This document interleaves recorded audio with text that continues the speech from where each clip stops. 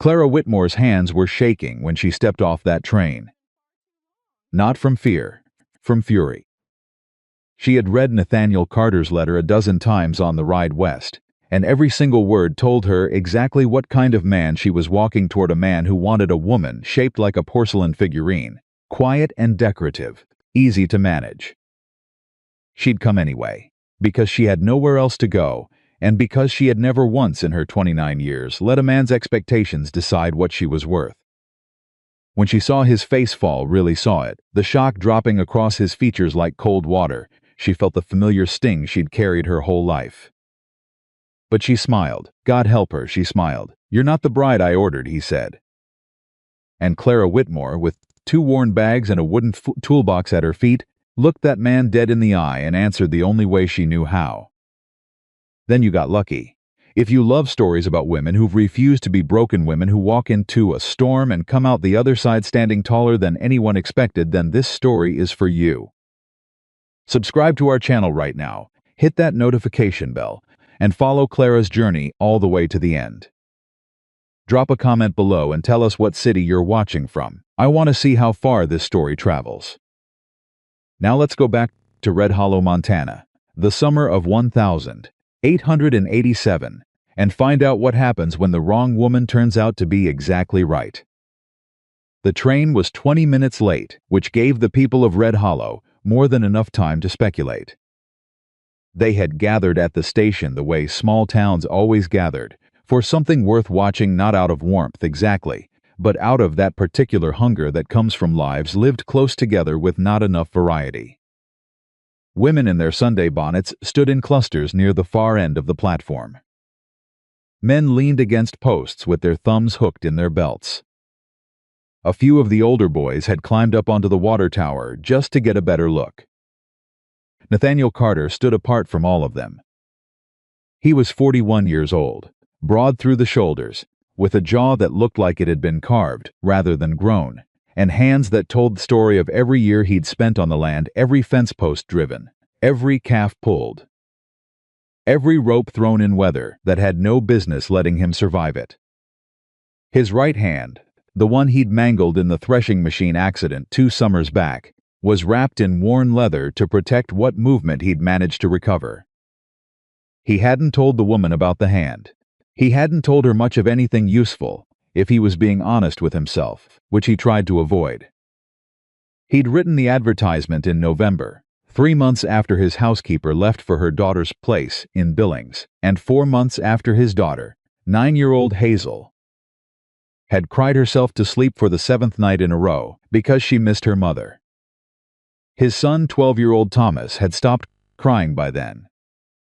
Thomas had moved past grief into something quieter and harder, something Nathaniel recognized because he saw it in the mirror every morning, the look of a person who has decided that caring too much is a liability. The advertisement had said, "Seeking a woman of modest temperament, industrious nature, and fair appearance, no older than 25, for marriage and household management on a working cattle ranch in Red Hollow, Montana. Good home provided, references required." He wasn't proud of the word fair. He hadn't meant it the way it read. Or maybe he had. He couldn't remember, and it no longer mattered, because the train was pulling into the station with a long shriek of steam, and whatever he had meant in November was about to meet whatever reality had decided to send him. The platform filled with noise. The crowd surged a half step forward. Children pressed between adult legs to get a better view.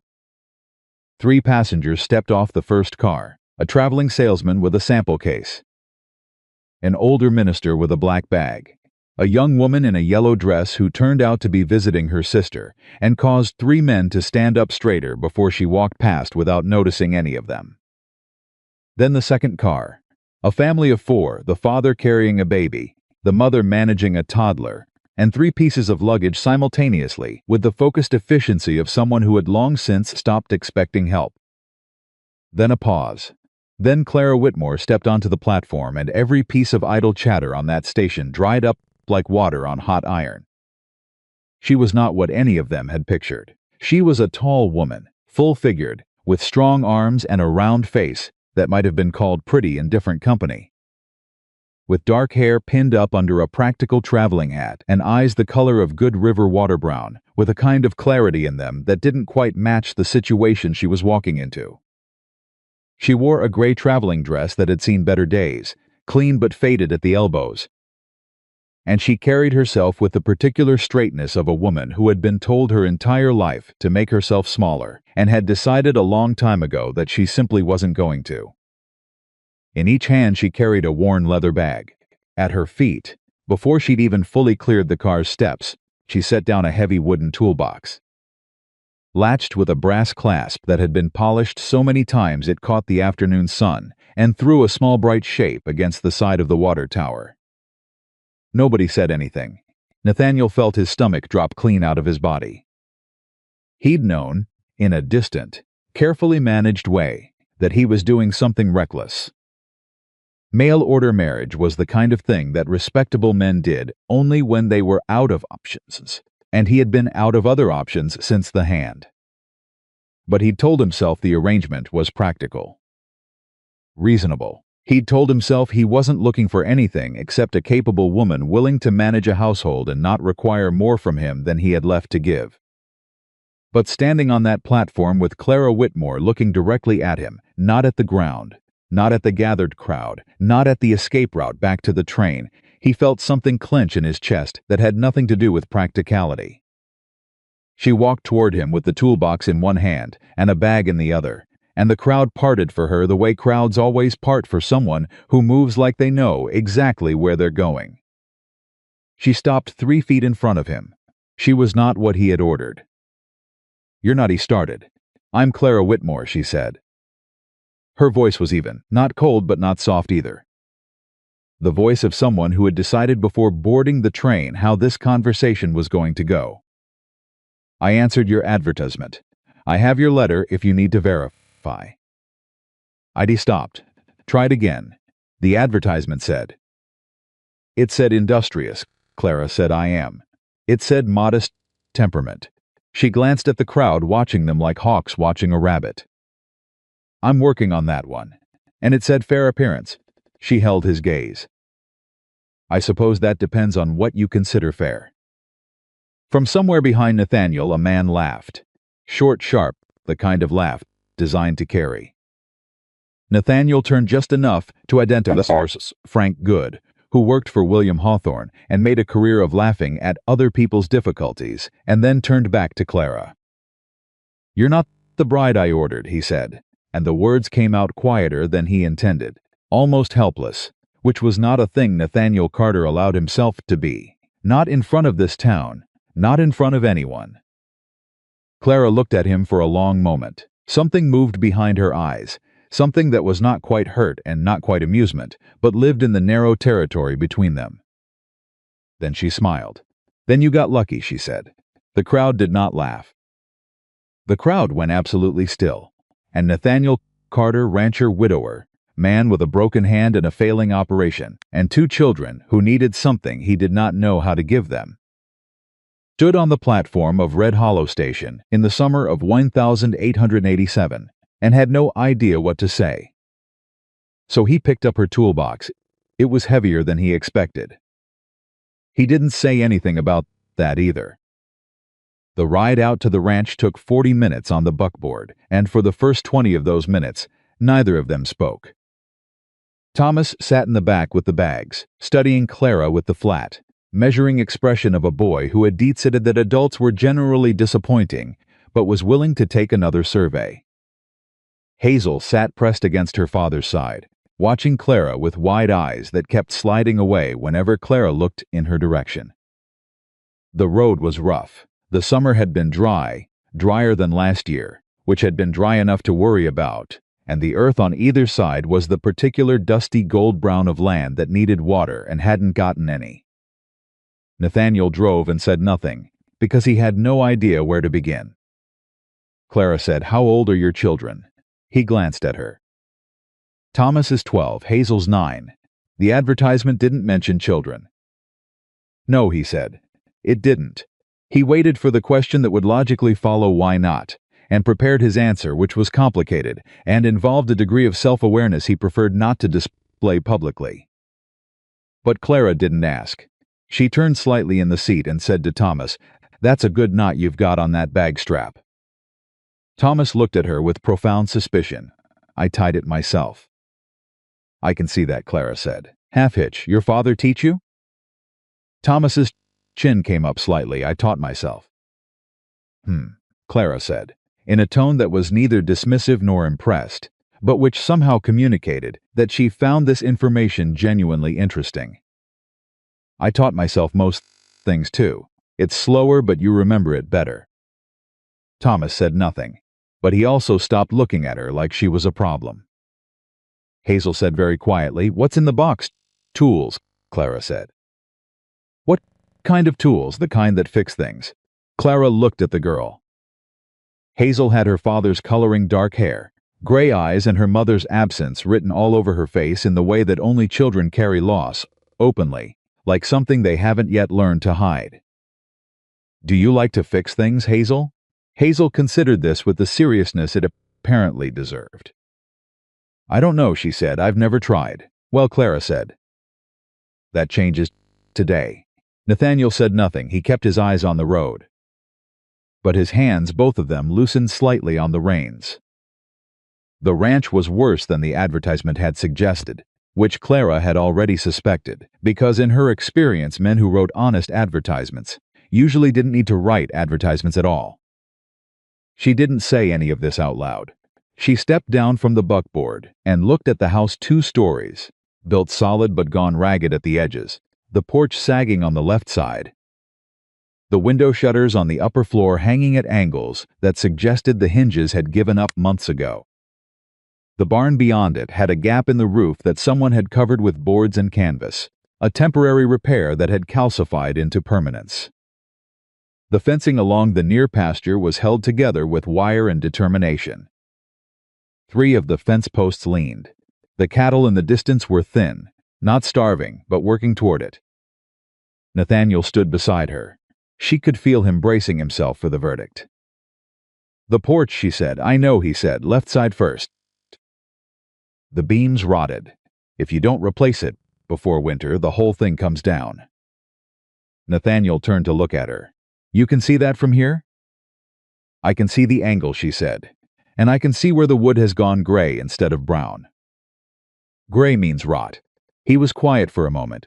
"My father-in-law offered to send a man out." "I told him I'd handle it, have you?" The silence was its own answer. "I'll need to look at your tools," Clara said. "What you have. What works, what doesn't. The toolbox mine won't be enough alone," she said. "Yours will fill the gaps." She picked up her bag and walked toward the front door. Behind her, she heard Thomas say to his father, in a low voice that wasn't quite low enough, "She's not what I expected." And she heard Nathaniel say, "No, she isn't." She didn't hear what either of them meant by that. She decided she would figure it out later. The kitchen was the first problem. It was also the clearest window into exactly how long the household had been running on fumes and stubbornness. Clara found the stove in reasonable working order but badly in need of cleaning. The pantry held enough staples to make a decent meal: salt pork, dried beans, corn flour, a few onions gone slightly soft, a tin of molasses. Enough. Not abundance, but enough. She found a cracked window above the sink that had been stuffed with rags to stop the draft. She found 3 pots, 2 with handles and 1 without. She found a stack of dishes that hadn't been properly washed in what looked like a week, and a small table where someone had been eating standing up because 2 of the chairs had lost rungs and nobody had gotten around to replacing them. Hazel appeared in the doorway while Clara was assessing the situation. "Do you want me to show you where things are?" she asked. The offer was so careful, so practiced in its carefulness, that it made Clara's chest ache. "Please," Clara said. "That would be a real help." Hazel spent the next 20 minutes showing her the house with the thoroughness of a small person who has spent considerable time being responsible for things that weren't supposed to be her responsibility. She knew where the extra candles were kept, which drawer stuck and needed to be lifted to open, which step on the stairs squeaked, and which of the upstairs windows latched properly. You know this house very well, Clara said. I have to, Hazel said simply. Clara looked at her. Where's your mother buried? Hazel didn't flinch. She'd been asked before, clearly. Up on the East Hill, she said. Papa goes up there on Sundays. Did she like this house? Something shifted in Hazel's face. The practiced carefulness gave way just for a second to something younger and rawer. She was going to fix the porch, she said. She kept saying she'd get to it. I'll fix the porch, Clara said. Hazel looked at her with the eyes of a 9-year-old who has learned not to trust easy promises. Really? Really, Clara said. First I need to eat something and get a good night's sleep. But tomorrow morning, first thing, you and I are going to fix that porch. Can I hold the hammer? You're going to do more than hold it, Clara said. Nathaniel came into the kitchen while she was cooking.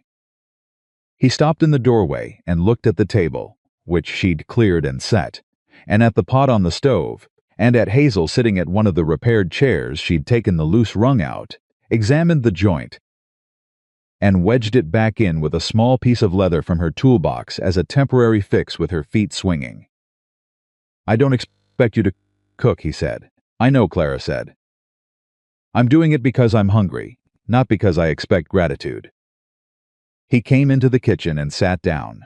Thomas appeared from the back of the house and sat down across from his father without being asked, which Clara noted. The boy was watching for cues, watching his father to know how to behave. She put food on the table. She sat down. Nathaniel looked at the plate in front of him, and then at Clara. I need to say something, he said. All right, she said. What I said at the station. He stopped. His jaw worked.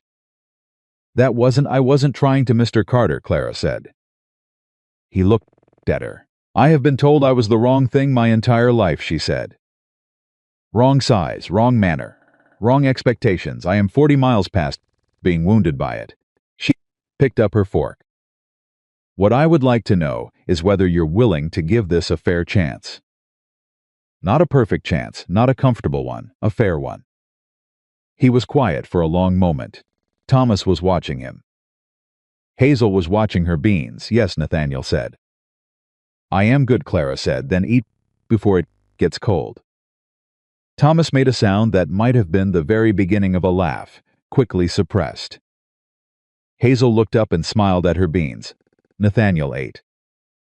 3 days into her time at the Carter Ranch, Clara had replaced the rotted porch beam, repaired 2 of the leaning fence posts, fixed the shutter hinges on the upper floor, and taught Hazel how to drive a nail straight. She had done none of this quietly. She worked with the focused intensity of someone who had always understood that the difference between a place that survived and a place that fell apart was usually not money or luck but tension, the simple act of looking at something broken and deciding it was worth the effort to fix. The town noticed Red Hollow was not a large town. It had one main street, a general store, a church, a schoolhouse, a saloon that was technically closed on Sundays, and roughly 300 people who all knew each other's business with the intimacy of a small community that had long since run out of secrets. They had been watching Nathaniel Carter, the way you watch a man standing on the edge of a cliff, not unkindly, exactly, but with a morbid fascination in whether he was going to fall. And now they were watching Clara. She came into town with Nathaniel on the 4th morning to get supplies, and the watching was not subtle. The women outside the dry goods store looked at her and then at each other with the kind of glance that communicates an entire conversation without a word. The men on the hardware side of things were more direct in their assessment. A few of them didn't bother to hide the once-over, and the conclusions they reached were visible in the way their expressions settled. The first person to speak to her directly was Millie Greer, who ran the general store with her husband and had an opinion about everything and the courage to share it. Millie Greer was 60 years old and built like a woman who had raised 6 children through 2 hard winters and come out the other side, convinced that straight talk was the only kind worth having. "You're the mail-order bride," Millie said. It was not a question. "I'm Clara Whitmore," Clara said. "Carter's bride." "That's the arrangement," Clara said.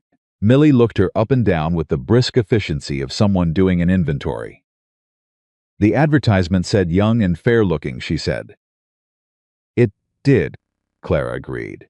You're neither, that's accurate, Clara said pleasantly. Millie blinked. She'd clearly expected either tears or defensiveness, and Clara had delivered neither. The ranching life is hard on women, she said, regrouping. I imagine so, Clara said. What's your price on salt pork? Millie told her. Clara said, I'll take 5 pounds. And do you carry linseed oil? For the wood, Millie said. Not quite a question. The barn roof repairs will last longer if the new boards are oiled, Clara said. Millie looked at her for a long moment. Then she said, I carry it. Shelf in the back, thank you. Millie started to move away and then stopped. Turned back. The Carter Ranch, she said, slower now. It's been struggling for 2 years, I know, Clara said. People are saying Hawthorne's going to buy him out before winter. People can say what they like, Clara said. She met Millie's eyes directly. I'm not interested in what people say. I'm interested in what's true. Millie looked at her for another long moment. Something in the old woman's face shifted, not warmth exactly, but a recalibration. Linseed oil's in the back, she repeated. Second shelf from the top. Thank you, Mrs. Greer. Nathaniel, who had been standing 6 feet away, pretending to examine a display of hinges, said nothing. But when they left the store, he walked slightly closer to her than he had on the way in. William Hawthorne arrived at the ranch on the 6th day. Clara was on the porch roof when she saw his horse coming up the road, a big gray gelding, the kind of horse that costs money and knows it, carrying a man who sat in the saddle like he expected the land to be grateful. She climbed down. Nathaniel came out of the barn, wiping his hands, and the set of his shoulders changed when he saw who was coming. It was subtle, but Clara had been watching Nathaniel Carter for 6 days now, and she had learned to read the small adjustments, the way his jaw set, the way his right hand tucked slightly closer to his body. The particular quality of stillness that meant he was bracing for something unpleasant. Hawthorne pulled up his horse and looked at them both. He was somewhere in his mid-50s, silver at his temples, a man who had learned a long time ago that money is most powerful when worn lightly. He smiled at Nathaniel. Carter, he said, good to see you holding on. The phrasing was designed. Clara heard it clearly. Holding on, not thriving, not managing, holding on like a man gripping a ledge. Hawthorne, Nathaniel said. Hawthorne's gaze moved to Clara.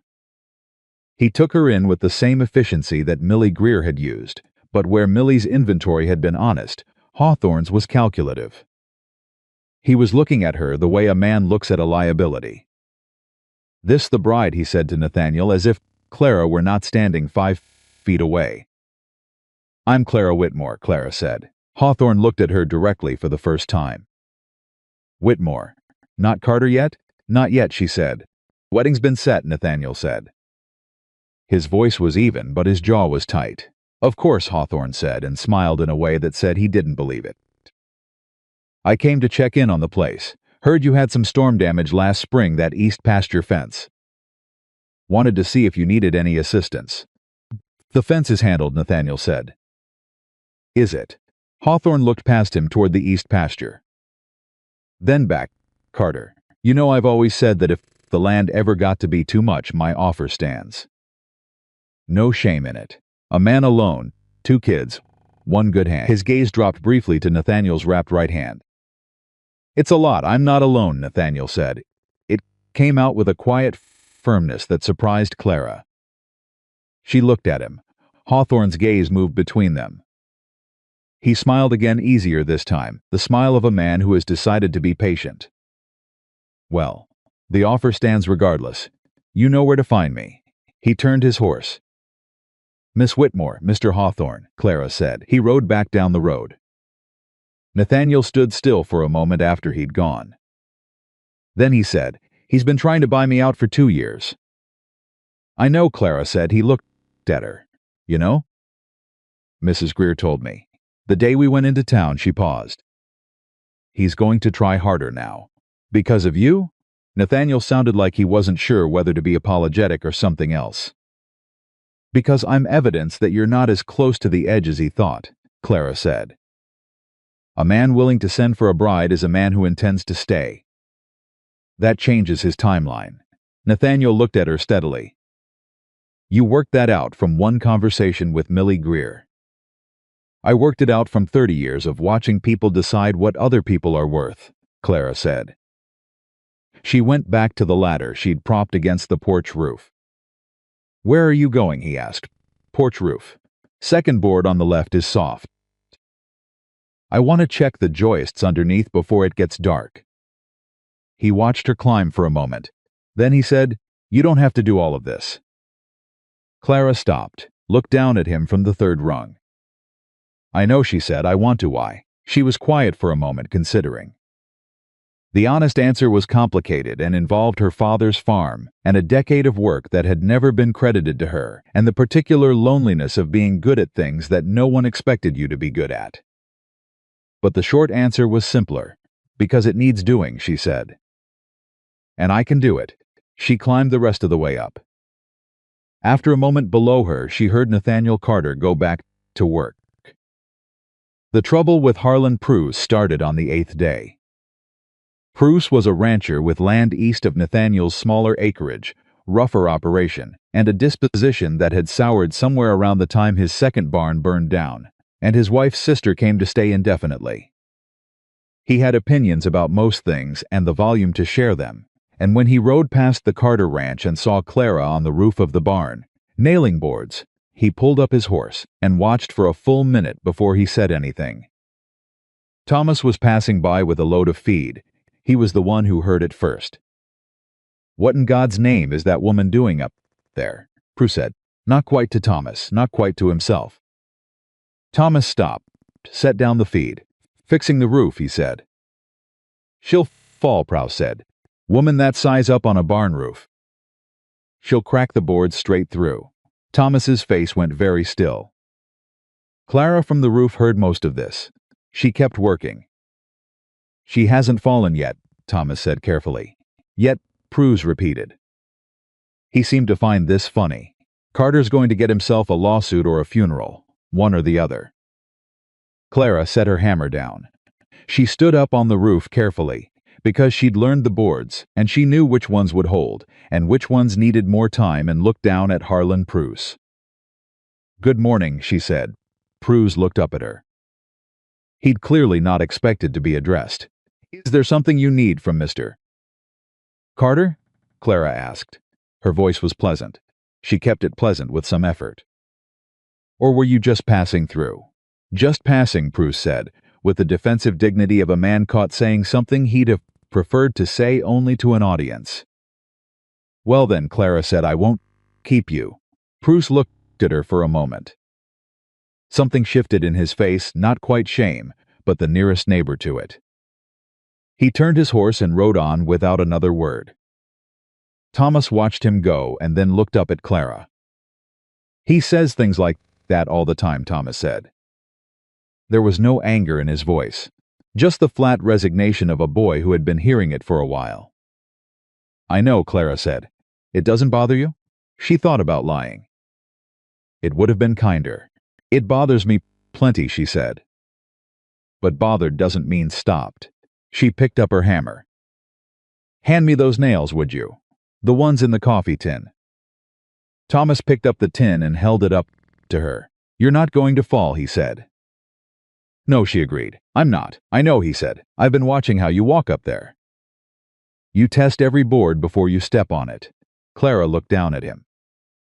The boy's face was serious, and in it she could see the shape of the man he was going to be: methodical, careful, someone who paid attention. "You've been watching?" "Since the second day," Thomas said. "I wanted to see if you knew what you were doing." "And you do," he said, with the simplicity of a verdict delivered by a fair jury. Clara felt something loosen in her chest. "Thank you, Thomas." "Don't tell my father I said that," Thomas said. "He'll think I'm going soft." "Your secret's safe with me," Clara said. On the 10th evening, Nathaniel's hand gave out. He'd been trying to repair the water pump behind the barn, a critical piece of equipment that fed the cattle troughs and served the house, and his right hand, which had good days and bad days in approximately equal measure, had chosen the worst possible moment to have a bad day. He'd been wrestling with a bolt that had seized from rust, and he'd put more pressure on it than the damaged tendons and bone could handle. And the result was a sudden sharp failure that sent the wrench clanging against the pump housing and Nathaniel to his knees in the dirt. Clara found him there 5 minutes later, when she came around the barn to call him in for supper. He heard her coming and started to get up, and she said "don't" with enough quiet authority that he stopped. She crouched down beside him. "Show me the hand, it's fine." "Show me the hand, Nathaniel."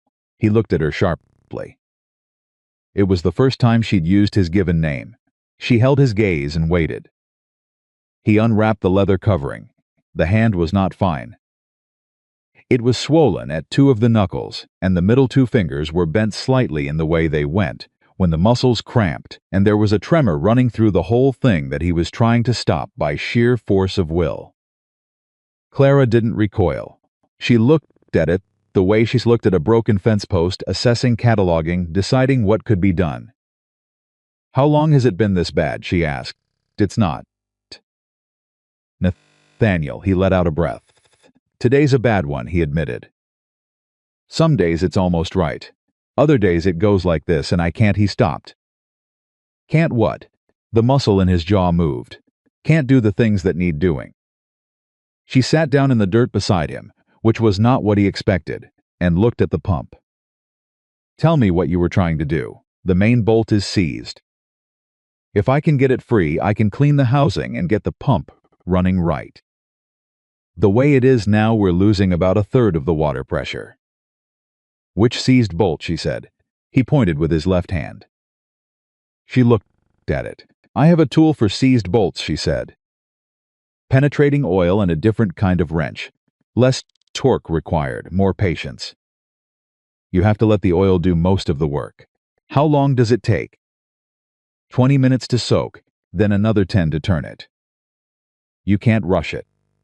She paused. "I'll do it tomorrow morning." "That's not—" He stopped himself. "This is not what I wanted you for." "I know," she said, "but this is what I'm offering." He looked at his hand. The tremor was easing slightly. "I had a man who helped with the mechanical side of things. Before, he moved his family to Oregon in April, and I haven't. He stopped again. It's hard to hire when you're not sure you can pay." "Are you that close to the edge?" she asked. She asked it directly, without softening it, and he recognized the directness for what it was: not cruelty, but respect. She wanted the truth. "Hawthorne thinks so," he said. "I asked what you think." He was quiet. The last light was going gold around the edges of the clouds, and the cattle were settling in the far pasture, and the sounds of the evening were coming in the insects, the faint creak of the barn in the wind. Hazel's voice, somewhere inside the house, calling something to Thomas. "I think I can hold on until October," he said, "if the herd sells at a decent price and the weather holds." After that, he shook his head. "After that, I don't know." Clara was quiet for a moment. Then she said, "How much does the operation need to clear to be stable?" He looked at her. "You're asking me about money. I'm asking you about the thing that determines whether this ranch survives," she said. "So yes, money. How much?" He listened. She didn't comment on the number the way he expected, with dismay or calculation, but simply listened to it the way she listened to everything, as information to be used. "All right," she said. "All right, I'm going to need to see the full operation," she said. "The cattle count, the grazing rotation, the water system layout, the fencing maps if you have them. Everything you know about the land." "Why?" She looked at him steadily. "Because I came here to be useful," she said. "And I can't be useful if I don't know what we're working with." He noticed the word "we" and said nothing about it. "Tomorrow," he said. "Tomorrow," she agreed. She got up, brushed the dirt from her skirt, and helped him up with her left hand steady under his arm, matter of fact about it, not making an event of it.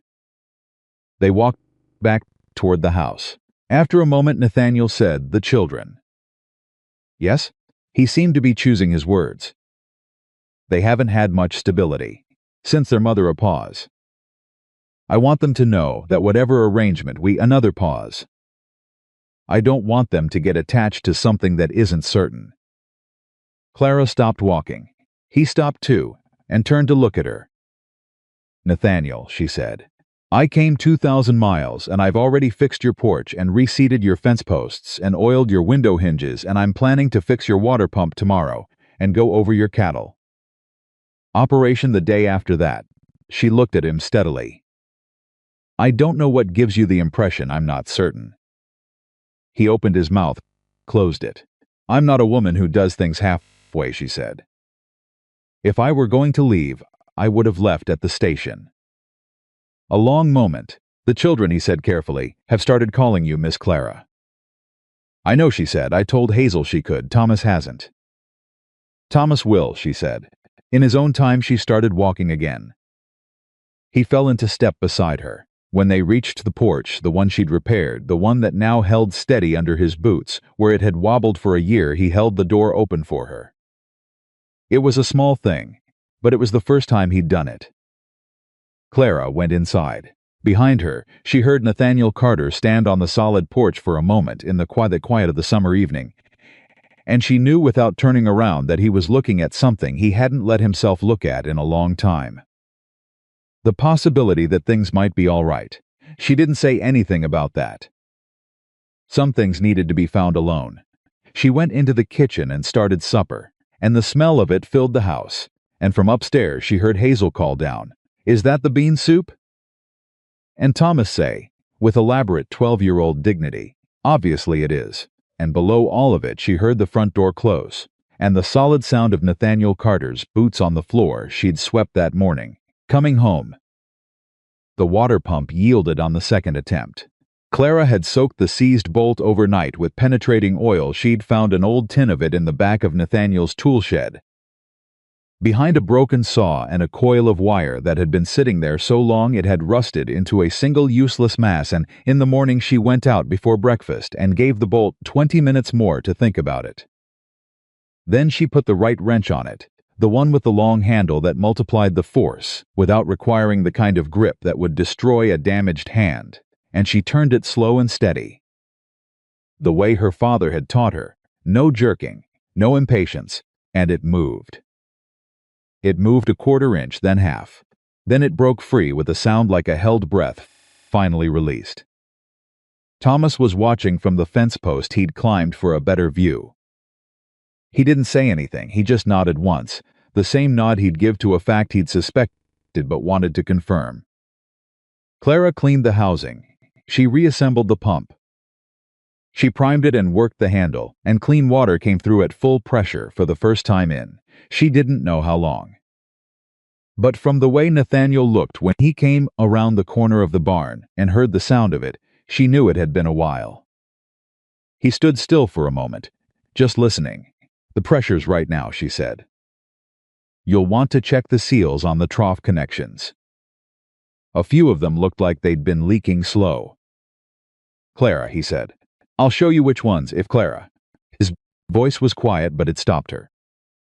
He looked at the pump, then at her. "Thank you." It needed doing, she said, which was what she always said, but this time it landed differently, and both of them knew it. She handed him the wrench. He took it with his left hand. Behind them, Thomas climbed down from the fence post and went back to his morning chores without being asked, and that, Clara thought, was its own kind of progress.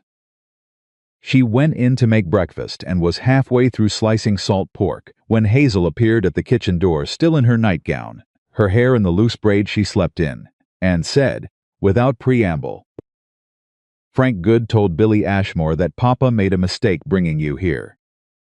Clara kept slicing. "Is that so?"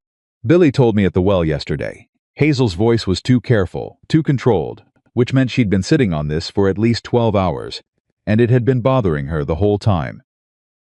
"He said his father said the same thing, that Papa should have sent you back." Clara set the knife down. She turned to look at Hazel. "What do you think?" Hazel blinked. She'd expected reassurance, not a question. I think she stopped. Started again. I think the porch doesn't wobble anymore. That's true, Clara said. And the pump works, also true. And you showed me how to drive a nail straight. Hazel's chin came up slightly. Billy Ashmore can't drive a nail straight. Well, Clara said. Billy Ashmore's loss, Hazel smiled. It was the first real smile Clara had seen from her, not the careful, dutiful smiles she offered when she thought someone expected them, but a genuine one, quick and bright. It changed her whole face. Are you going to stay? Hazel asked. Yes, Clara said. Papa said you might not. Your father worries about things before they happen, Clara said. She turned back to the stove. Hand me that pan, would you? Hazel handed her the pan. Miss Clara? I'm glad you're here. Clara kept her eyes on the stove. I'm glad too, sweetheart, she said. It was the first time she'd used the word. Neither of them made a point of it. The thing about a small town is that it never stops watching, and it never stops talking, and if you are any kind of unusual, the watching and the talking will reach you eventually, no matter how little you seek it out. By the end of the second week, Clara had become a subject of significant discussion in Red Hollow. She heard pieces of it at the general store. She heard more of it from Hazel, who was in school every day, and brought home the children's version of the adult conversations with the unconscious accuracy of all children, stripped of the diplomatic varnish. Just the raw shape of what people actually thought. What people thought, in broad terms, was this: Nathaniel Carter had made an embarrassing mistake. But they weren't sure anymore whether the mistake was bringing Clara here, or the years of decline that had made him desperate enough to advertise for a wife in the first place. And Clara herself was confusing them, which they did not appreciate, because she did not behave the way they'd expected her to behave. She did not cry, she did not hide, she did not leave. She went to church on Sunday with Nathaniel and the children, and sat in the fourth pew and sang the hymns in a clear, unself-conscious alto that carried through the church and made 3 people in the row behind her lose their place in the words. Afterward, when the congregation filed out and stood in their customary clusters in the yard, she shook hands with the minister, accepted the awkward welcome of 2 women who were kind enough to try and the naked assessment of several who weren't. And she did all of it without either apology or performance. She was simply there, completely, undeniably, uncomplicatedly there. Millie Greer fell into step beside her on the walk back to the wagon and said, low enough that Nathaniel couldn't hear from where he was talking with the minister, "People are saying you've been working the ranch like a hired hand." "People are correct," Clara said. "That's not what a wife does out here." "What does a wife do out here?" Millie opened her mouth. "Closed it, manages the household. Cooks, raises the children." "I do all of those things," Clara said. "I also fix what's broken." She looked at Millie. "Is there a rule against that?" Millie looked affronted, then thoughtful, then something else. "The women are talking about you," she said. "Some of them think you're making Nathaniel look weak. A man whose wife has to do the hard labor. A man whose operation runs efficiently and whose water pump works and whose porch doesn't fall in is not weak," Clara said. "He's practical, Clara," Millie said, and it was the first time she'd used the given name, which meant something. "I'm trying to help you." Clara stopped walking and looked at her. The older woman's face was genuinely concerned, behind all the bluntness. "I know," Clara said, "and I appreciate it, but I can't fix what needs fixing and leave it broken to protect someone's pride. Not his, not mine, and if the town decides you're trouble." "The town decided I was trouble the moment I stepped off that train," Clara said. "I haven't changed my plans on account of that." Millie looked at her for a long moment. Then she said, with the reluctant respect of someone revising a prior judgment, "You're a hard woman to rattle." "My father rattled me plenty," Clara said. "I learned to stay upright." She kept walking. Millie kept pace beside her, and didn't bring it up again, and the following week sent a jar of preserved peaches to the ranch with Thomas when he stopped in for supplies, with no note attached. Clara put the peaches on the kitchen shelf and considered it a beginning. On the 15th day, Nathaniel showed her the maps. They were spread across the kitchen table after supper, the children in bed, the lamp burning low. The kind of quiet that settles over a house when everyone who was going to sleep has gone to sleep and the adults are left with the business of being adults. The maps were hand-drawn, amended over years, with notations in 2 different sets of handwriting, Nathaniel's, which was cramped and practical, and a woman's hand that Clara recognized without being told as the writing of the wife who was gone. Neat and deliberate, labels on the pasture sections with small drawings of where the wildflowers grew heaviest in spring. She looked at those little drawings for a moment. Then she looked at the pasture rotations. "You're overgrazing the south pasture," she said. "I know," Nathaniel said. He was sitting across from her with a cup of coffee that had gone cold.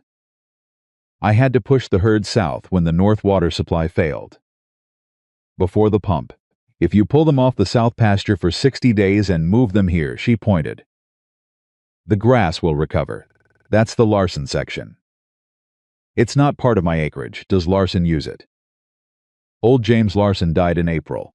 His son's in St. Louis and hasn't come back."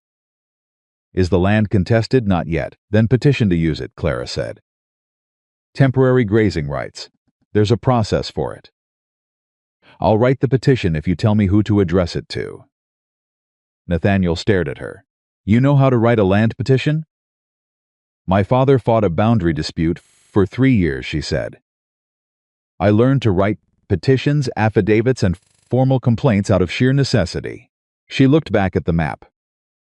"If you get the 60-day rotation, the south pasture comes back strong by fall. The herd has better grass. They come to market weight faster. You get a better price." He was quiet for a moment. "That's actually workable," she said. "Yes," he said. "Good." She smoothed the edge of the map. "Now tell me about the water rights on the north section." He looked up. "What about them?" "The North Stream," she said. "It crosses your land and it feeds Pruce's east pasture." "Do you have documented rights to it?" Nathaniel set his coffee cup down slowly. "I have the original deed. Is the stream mentioned specifically?" He stopped. "I don't know. I haven't read it in years." "We need to read it," Clara said. "Tonight if you have it." "Why tonight?" She met his eyes. "Because Hawthorne's land is north of yours. And the North Stream's headwaters start on Hawthorne property. If he ever decided to divert that water," she left the rest of the sentence in the air between them. It landed. She watched it land. Nathaniel's chair pushed back from the table before she'd finished the thought. He went to the back room, where the deed box was kept, and she heard him moving things, and then silence, and then he came back with a folded paper, old, handled at the creases, and spread it on the table beside the maps. They read it together, shoulder to shoulder, the lamp between them. Clara found the clause in the 3rd paragraph from the bottom. She put her finger on it and read it aloud, including all watercourse rights natural and continuous flowing across said parcel from north boundary to south as of the date herein. "That's the stream," Nathaniel said. "That's your stream," Clara said. "Legally, unambiguously yours," but she looked at him. "Has anyone ever tried to contest it?" "Not to my face." "Get a copy made of this deed and file it with the county recorder's office," she said. "This week. Don't wait." Nathaniel looked at her. "You think Hawthorne's planning something with the water?" "I think a man who wants your land and has been patient for 2 years is waiting for the moment when you're most vulnerable," she said. "And I think water rights on dry summer land are the kind of thing that can make a man vulnerable very fast if he's not careful." The lamp flickered. Outside, a summer wind moved through the dark. "Clara," he said, "yes. Why do you know all of this?" She was quiet for a moment. The honest answer was not simple. It involved her father's farm and the men who had come for it, and the years she'd spent watching her father lose ground inch by inch, because he trusted people he shouldn't have and didn't know what documents to file, or which officials to approach, or how to make the system that supposedly Protected landowners actually do the job it claimed. Because I watched someone I loved lose everything he should have kept, she said. And I decided a long time ago that I would learn how things worked before they needed working. He held her gaze. My father, she said. He was a good man. He didn't know enough. A long quiet. Then Nathaniel said, I should have read the deed years ago. You should have, she said. But you didn't, and here we are, and the information is still good. Don't waste time on what you should have done. She began folding the deed carefully along its original creases. Get it, file, I will, he said. He took the deed from her. Held it for a moment. This what you just petition, the deed, the water rights. That's not, he stopped. What? That's not what most women know, he said. Clara looked at him steadily. Most women aren't given the chance to learn it, she said. That doesn't mean they couldn't. He held her gaze for a moment that stretched slightly longer than either of them had planned for, and then he looked down at the deed in his hands. I'll ride to the county seat Thursday, he said. Good, she said. You should come. She looked up. He was looking at the deed, not at her, but the offer was clear and deliberate. The county recorder's a man named Patterson, he said. He responds better, he paused. To two voices than to one. All right, she said. The petition too, if you've written it by Thursday. I'll have it written by tomorrow morning, she said. He almost smiled. Not quite, but the shape of it was there, in the lines at the corner of his mouth, and she noted it the way she noted everything carefully, without making it a larger thing than it was. She folded the maps. He took his cold coffee to the kitchen and poured it out and washed the cup, which was the first time she'd seen him wash his own cup, and she did not comment on that either. Some things were better left unremarked.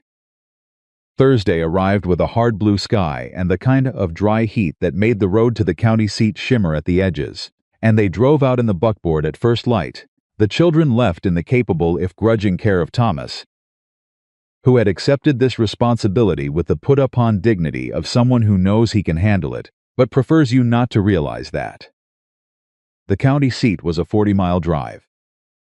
They left before sunrise and reached the outskirts by mid-morning, and for most of that drive they talked about the ranch with its specific focused efficiency that had become the natural language between them, practical, detailed, honest, with none of the polite circling that characterized conversation between people who are afraid of each other. Clara had the petition in her bag, written in her clear, even hand. Citing the Larson parcel boundaries and the precedent for temporary grazing rights under the Montana territorial statutes, she'd looked up in the legal reference book she'd found on Nathaniel's shelf, apparently unread. She'd also written a second document, a formal notice of recorded water rights, to be filed alongside the deed copy, establishing a paper trail that would make any future challenge significantly harder. When she laid both documents on the counter at the county recorder's office, the man behind it, Patterson, red-faced, mid-40s, with the permanently skeptical expression of a man who processed other people's problems all day, looked at them and then at her, and then at Nathaniel. She wrote these, he said to Nathaniel. She did, Nathaniel said. Patterson read them. His skepticism receded slowly, replaced by the professional expression of a man who recognizes competent work regardless of its source. The petition's in good order, he said. Larson's estate is in probate. I'll have to route it through the probate court as well, but the precedent is solid. Should have a ruling in 3 weeks. And the water rights filing? Clara asked. Patterson looked at her directly for the first time. Also in order. We'll record it today. He looked back at Nathaniel. Your wife prepared these. She's my... Nathaniel began, and then he stopped, and the word that came out was yes. Clara looked at him sideways. He was looking at the counter. Good thing, Patterson said, with the brisk approval of a man who had seen too many poorly prepared documents in his career. Save you trouble later. Sign here. They signed. On the steps outside the office, in the full heat of the midday sun, Nathaniel said, I'm sorry. For what? For hesitating when he asked. He looked at her. We haven't. The ceremony hasn't. Nathaniel, she said. Yes, I know what I am and what I'm not, she said. It doesn't require an apology. It felt like one was needed, he said. She looked at him for a moment. His jaw was tight with something that wasn't anger. It was the look of a man who had done something he regretted in a small and ordinary way, and was taking it seriously, because he'd decided to take things seriously, and that was the kind of man he was. The word husband is available to you too, she said. Whenever you're ready for it. She walked down the steps toward the wagon. After a beat, she heard him follow. They were on the road back when the wheel broke.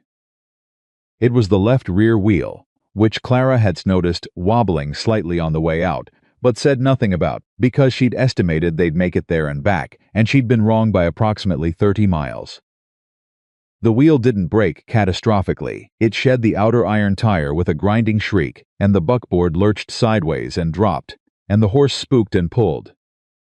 And Nathaniel held the reins with his left hand and his whole body, and managed to bring the animal to a stop without anyone going over the side, which Clara acknowledged was impressive. They sat for a moment in the sudden quiet. Then Clara said, "I have a spare tire iron in the toolbox." Nathaniel turned and looked at her. "Of course you do.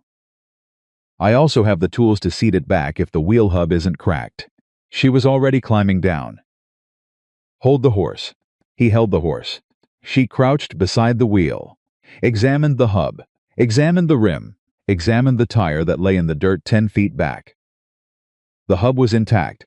The rim had a bend in it but not a break.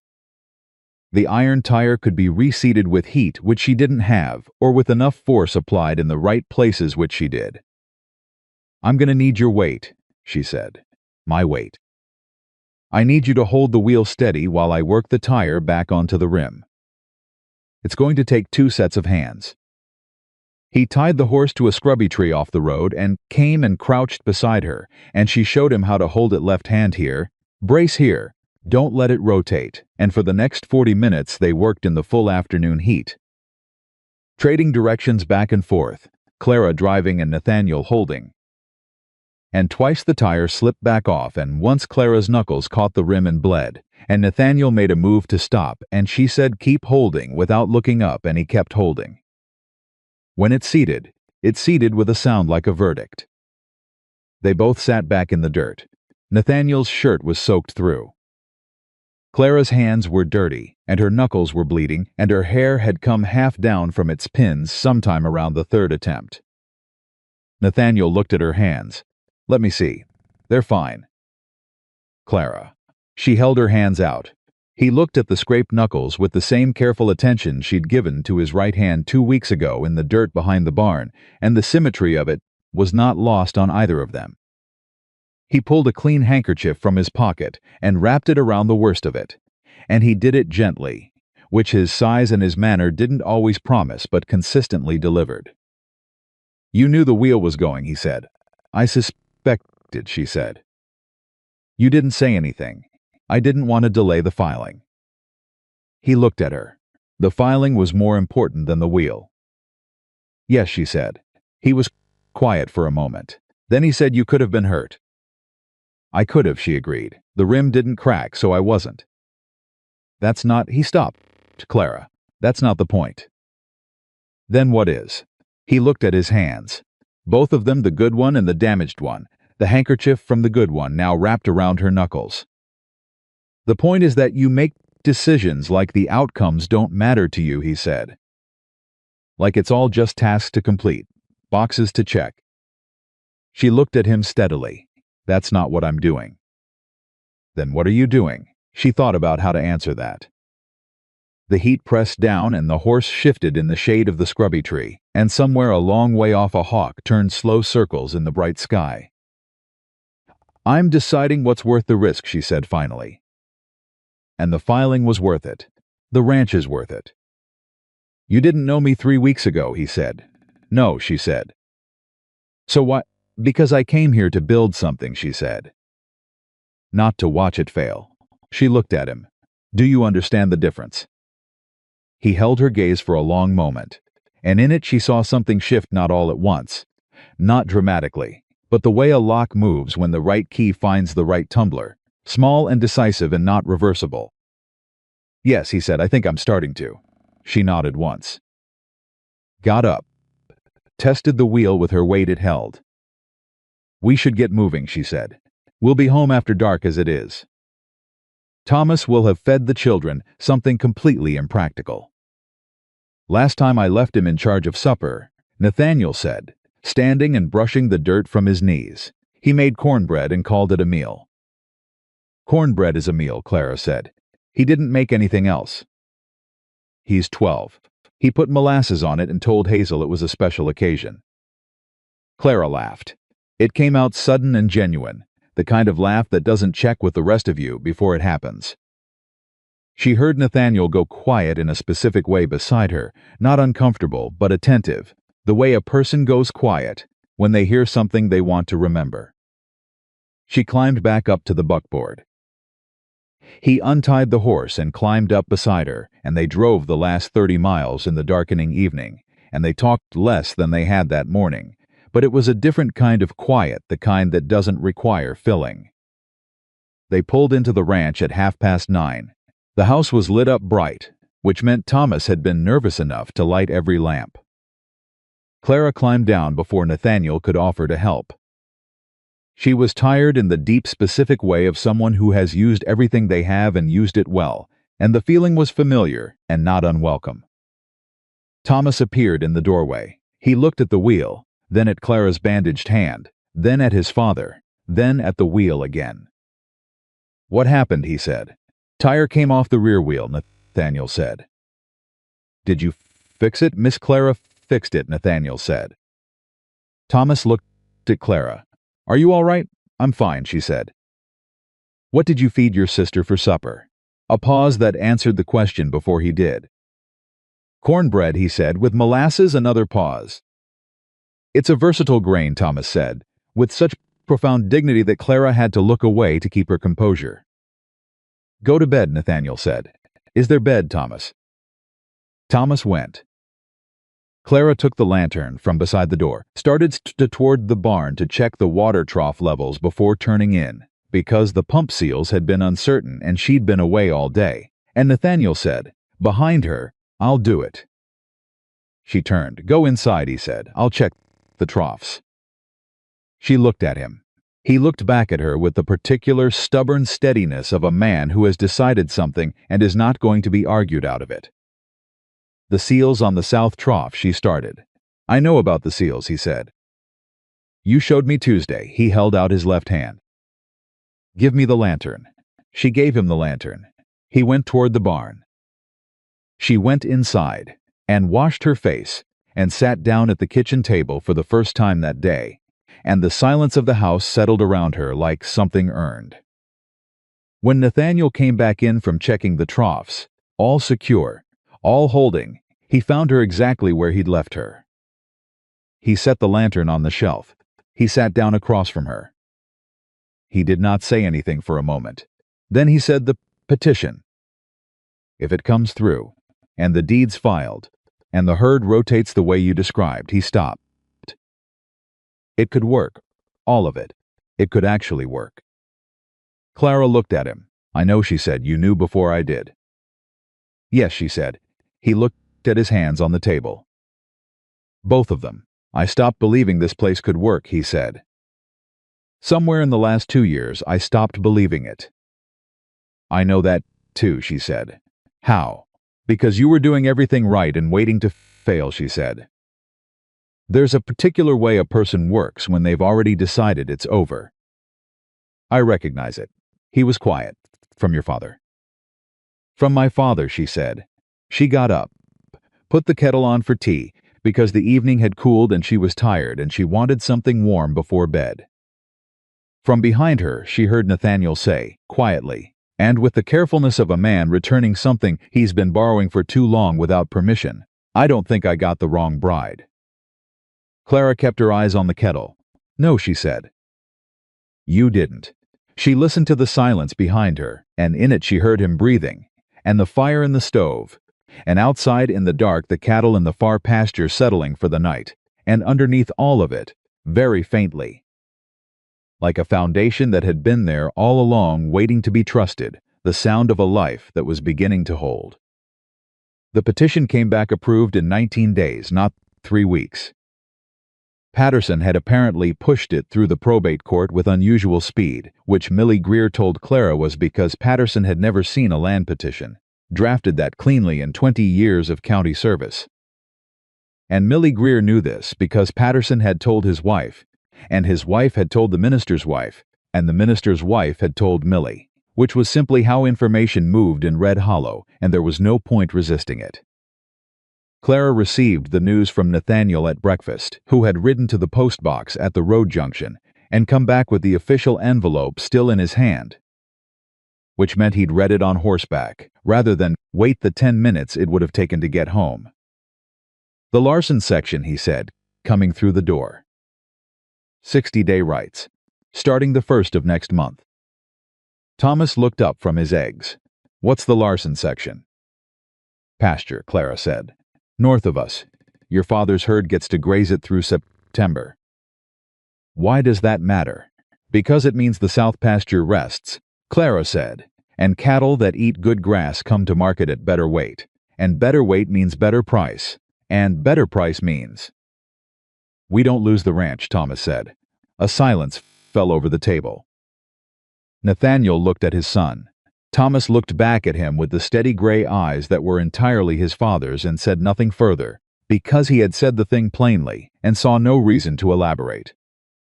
No, Nathaniel said, we don't. Hazel, who had been listening with her spoon halfway to her mouth, set it down carefully.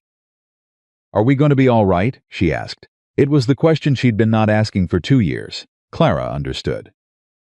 The question that had been sitting in her chest since the first time she'd heard adults whisper about money in the way that meant real trouble.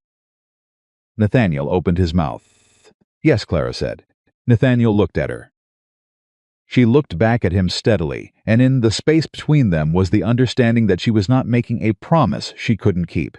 She was making the one she could, the one she had already decided to keep before she'd spoken a word. Hazel picked up her spoon again. Good, she said, and ate her eggs. Thomas watched his father watch Clara, and then looked back at his own plate with the careful blankness of a 12-year-old filing something away for later consideration. That afternoon, Nathaniel moved the herd. Clara watched from the fence, and when the last of the cattle crossed through the gate into the Larson section, and the grass came up around their legs, and they dropped their heads to it with the uncomplicated gratitude of animals given what they needed. She felt something release in her chest that she hadn't known she was holding. She turned around and nearly walked directly into Frank Good. He'd come up behind her so quietly that she'd heard nothing, which told her the quiet was intentional. He was a broad man, thick through the neck, with a face that had settled into permanent contempt somewhere around 30 and never found its way back. That's Larson land, he said. It's probate land with a 60-day grazing order in Carter's name, Clara said.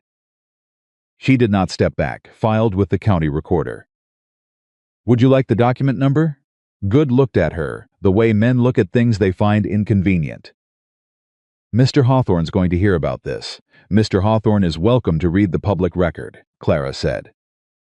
It's available to everyone. You think a piece of paper's going to stop him? I think a piece of paper filed in the right office at the right time has stopped more powerful men than William Hawthorne, Clara said. Yes, Good's jaw tightened. He looked past her at the herd in the Larson section, then back at her. You don't know this town, he said. You don't know how things work here. I'm learning fast, she said. He held her gaze for another moment, then turned his horse and rode back the way he'd come, and Clara stood at the fence until he was out of sight before she let her hands unclench. She hadn't realized she'd made fists. She stood there for a moment, breathing, and then Nathaniel was beside her.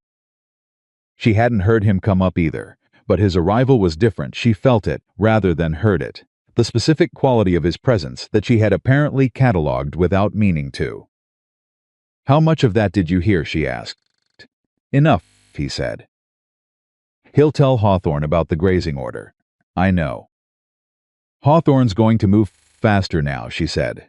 Whatever he's been planning, he'll accelerate it. Nathaniel was quiet for a moment. The water rights filing. You think that's what he's after? I think a man who wants this land needs either to buy it or to make it worthless, Clara said.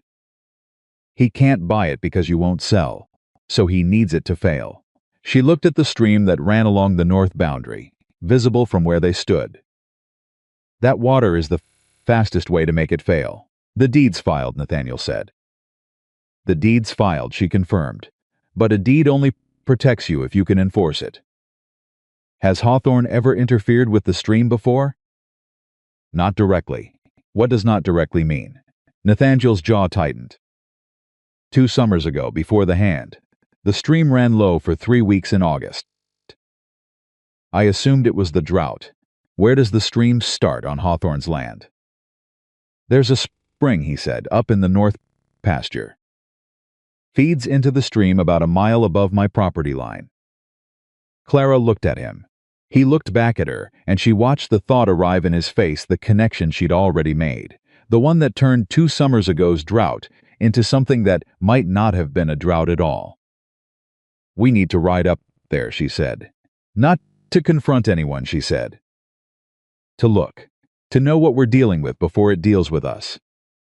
He was quiet. The cattle grazed behind them. The stream ran along the boundary, steady and clear. Tomorrow morning, he said. Tomorrow morning, she agreed. They rode out at first light, before the children were awake, leaving a note for Thomas on the kitchen table that said back by mid-morning heat water for Hazel's hair washing because he needed a specific task or he spent the morning in anxious uncertainty he'd never admit to. The north pasture was Nathaniel's land up to the boundary fence, and beyond it was Hawthorne's range, wide and well-watered, the kind of land that had been managed by money for long enough that it looked easy even when it wasn't. They rode along the boundary fence until they reached the stream crossing, and then they followed the stream north, staying on Nathaniel's side of the fence. And Clara looked at the water level, and at the banks, and at the ground on the far side of the fence the way she looked at everything carefully, the way you look when you're looking for evidence rather than confirmation. She found it 20 minutes in. Stop, she said. Nathaniel pulled his horse up. She was looking at the fence line on the far bank. Or rather, she was looking at what was beside the fence line on the far bank, the disturbed earth, the fresh timber, the shape of something that had been recently built. What is that, she said. It wasn't quite a question. Nathaniel looked. His face went very still. It was a diversion structure. Simple, rough, not yet complete, but unmistakably what it was. A log-and-earth construction angled across the channel just above the property line, positioned to redirect the stream flow eastward across Hawthorne's land, rather than allowing it to continue south onto Nathaniel's. Not finished, but not far from it. He's been building it on his own land, Nathaniel said very quietly. There's nothing stopping him from redirecting the water before it crosses onto mine. The deed says water course rights natural and continuous, Clara said. If he diverts it, the water that reaches your land is no longer natural and continuous. He's not violating your deed, he's making it irrelevant. The silence that followed was the particular kind that comes when you understand something you'd rather not have understood. How long until it's finished, Nathaniel said. Clara looked at the structure. A week, maybe less if he puts more men on it. Then we have a week. We have less than that, she said, because Good rode back to Hawthorne yesterday afternoon and told him about the grazing order. And Hawthorne knows we filed the deed. She looked at Nathaniel. He's going to move tonight. Nathaniel turned his horse toward home without another word, and Clara turned hers to follow, and they rode back at a pace that said everything neither of them was saying out loud. Nathaniel wanted to ride directly to Hawthorne's and confront him. Clara said no. They were in the kitchen, barely through the door, the horses still being unsaddled by a Thomas who had read the quality of the return and was asking no questions. If you go to him and confront him, you're a neighbor making a complaint, Clara said. He denies it. You have no legal standing until he actually completes the diversion. And by the time it's complete, it's too late. So what do we do? His voice had an edge in it that wasn't anger at her but needed somewhere to go. "We go to the judge," Clara said, "today, right now. We file for an injunction. On what grounds? He's building on his own land.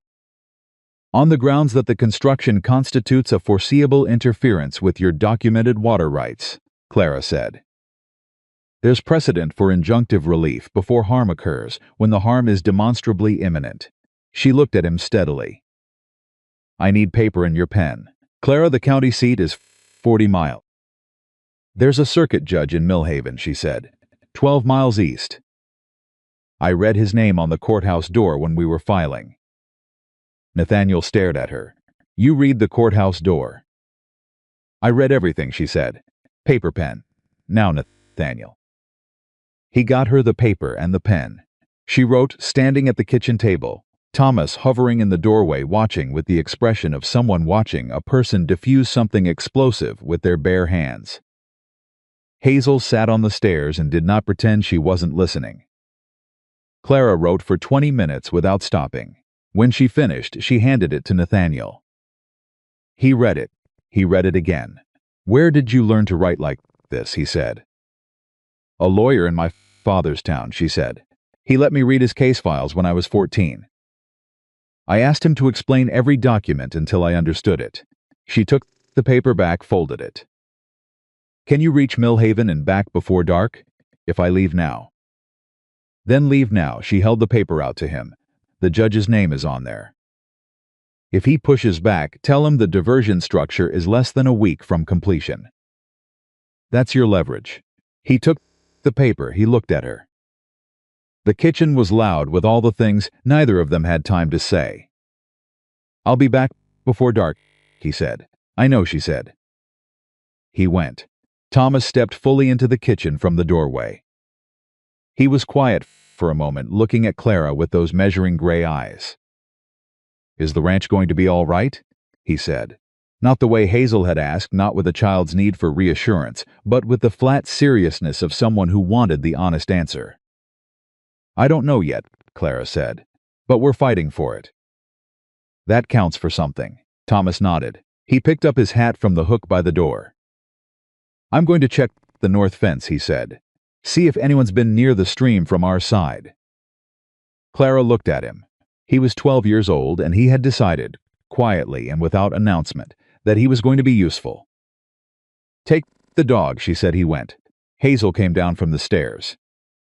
She stood in the kitchen doorway looking at Clara with the particular expression she wore when she was carrying something heavy. "Mr. Hawthorne came here once," she said, "last fall. When Papa was in town, he talked to me and Thomas." Clara went very still. "What did he say?" Hazel's voice was careful. "He said it was a shame Papa was struggling so hard. He said if we ever needed anything, his house was always open." She paused. "He brought candy. Did you take it?" Hazel looked at her. "Thomas told him thank you and put it in the barn for the horses." Clara breathed. "Good boy," she said, and meant it down to her bones. "He scared me," Hazel said. "I don't know why. He was being nice." "Sometimes people are nicest when they want something," Clara said. She crouched down to Hazel's eye level. "You were right to be scared. Your instincts were good. Don't doubt them." Hazel looked at her. Then she said with a child's devastating directness, "Are you scared right now?" Clara held her gaze. "Yes," she said, "a little." "What do you do when you're scared?" "I work," Clara said. "I do the next thing that needs doing." Hazel thought about this. What needs doing right now? Clara straightened up. "Lunch," she said. "And then I'm going to write 2 more documents. One for the County Board of Water Rights and one for the Territorial Land Office. Because if the judge says no, we need to be already moving on the next step. Can I help with the documents?" "You can copy headings when I tell you to," Clara said. "Your handwriting's better than mine." This was not precisely true, but Hazel's handwriting was very good, and she needed something to do with her hands, and Clara understood that particular need in the cellular, bone-deep way of someone who had lived it.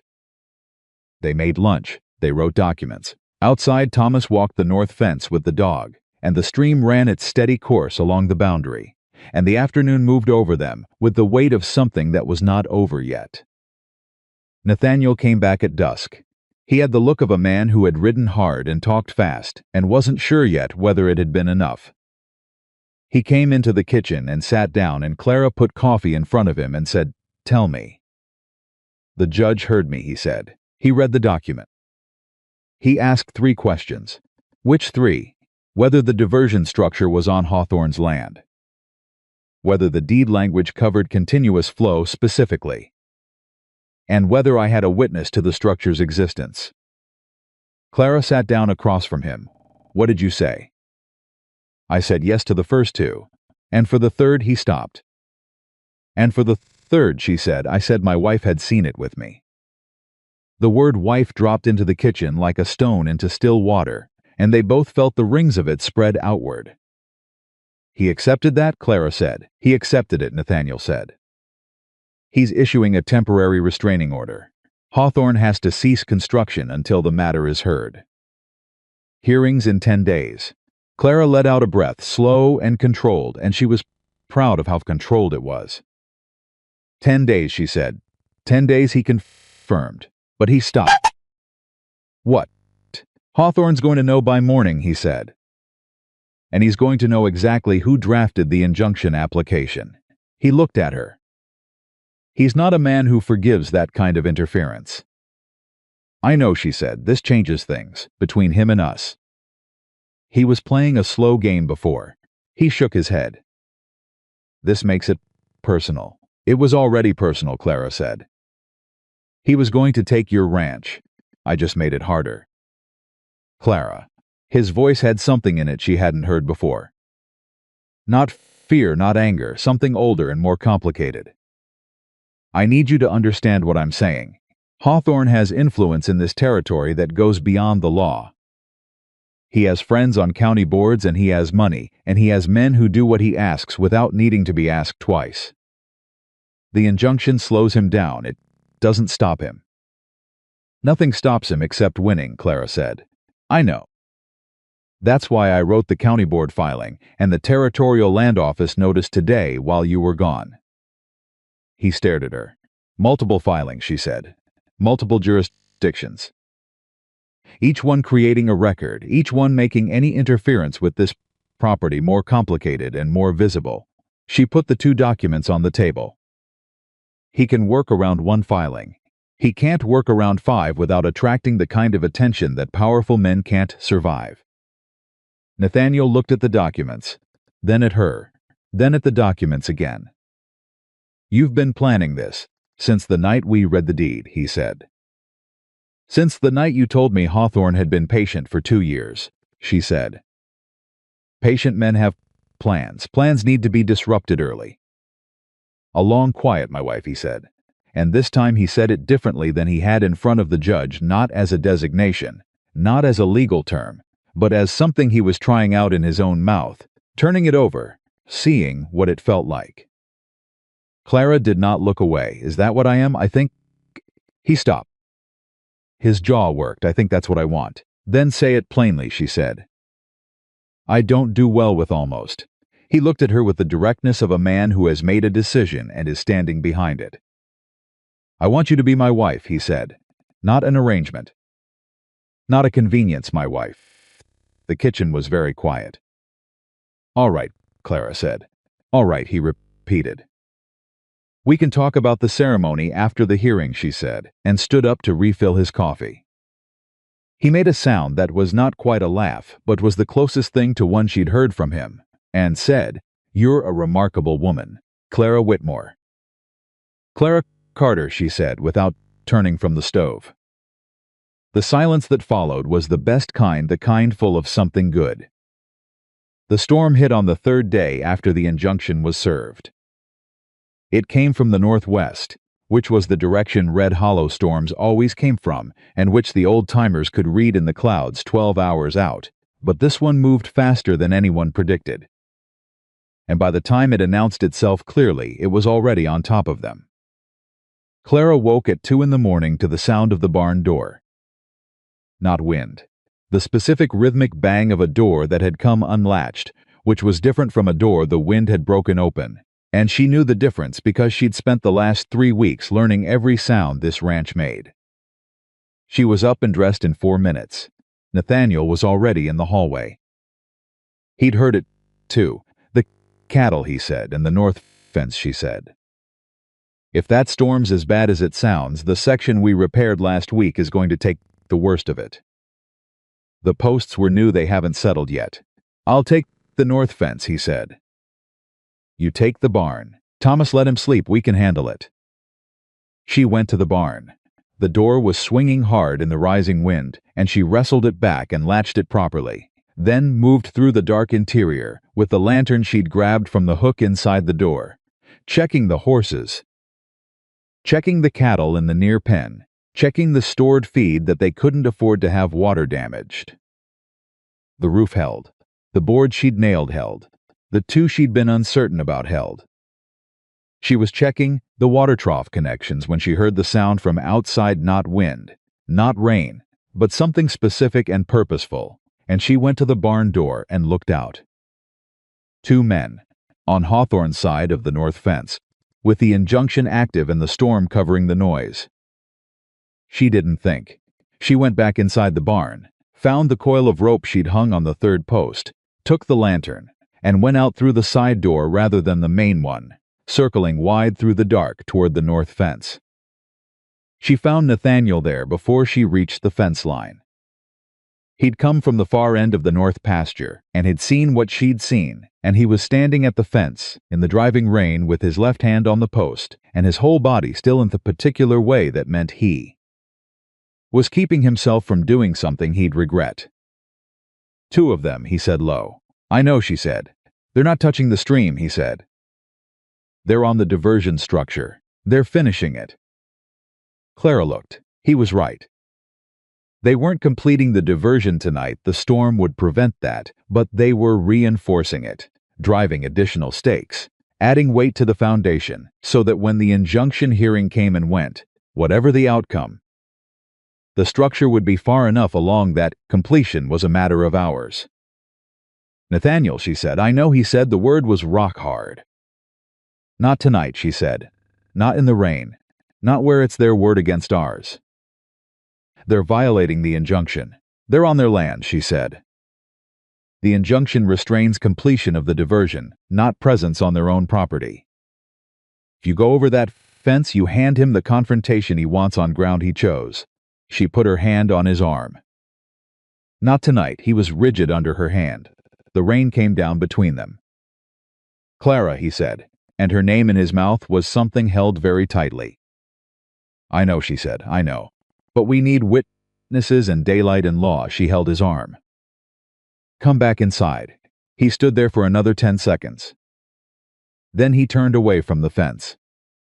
They went back to the house through the rain, and Clara stopped at the kitchen table and lit the lamp and found the paper and wrote down the date and time and what they had seen and signed her name, and Nathaniel read it and signed his beneath hers.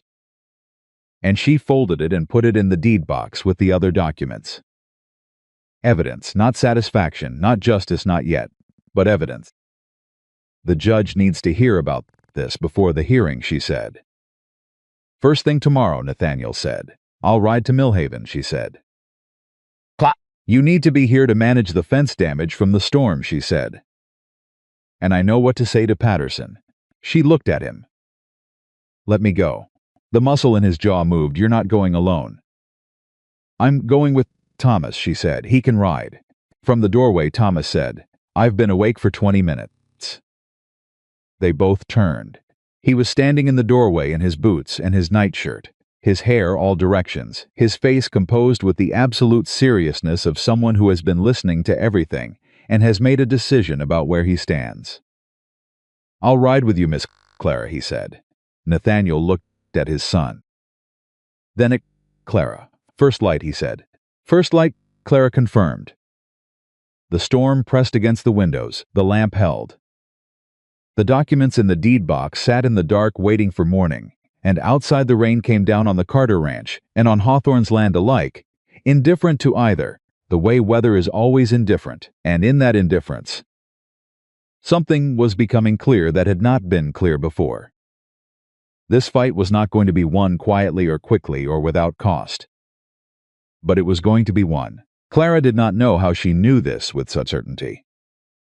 She had been wrong before, about things she'd been certain of, and the wrongness had cost her. She knew the risk of certainty. But she looked at Nathaniel, standing in his kitchen with the rain in his hair and the lamplight making the lines of his face look like something carved rather than worn.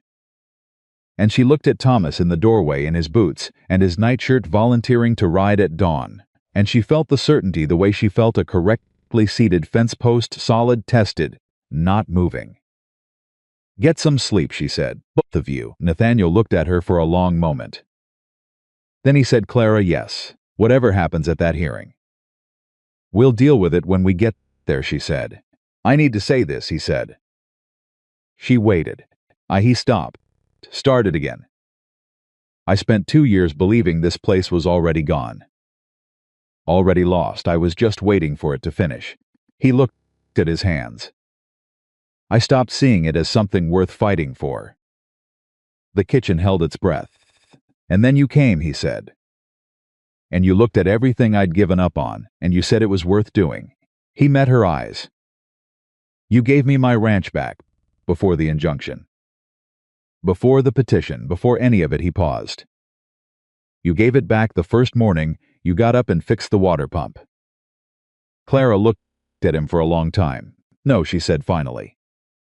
"It was yours the whole time. You just needed someone to stand beside you long enough for you to remember that." He held her gaze. The storm pushed at the windows. The lamp burned between them. "Then stand beside me at that hearing," he said. "Wild horses," Clara said. "Couldn't move me anywhere else." Thomas, from the doorway, made a small sound that was definitively a laugh this time, quickly buried, not quite successfully. "Bed," Nathaniel said to him. Thomas went, and as he passed Clara in the hallway he said, under his breath, entirely to himself, "Miss Clara Carter. Testing it." Filing it away, Clara heard it. She let him think she hadn't. Some things were better that way. Thomas rode like he'd been born in the saddle, which he practically had, and he kept pace with Clara the entire 12 miles to Millhaven, without complaint and without showing off, which she respected in a 12-year-old more than almost any other quality. They reached the judge's office before 8 in the morning. The clerk at the front desk was a young man who looked at Clara with the particular expression reserved for women who arrived unannounced, expecting to be taken seriously.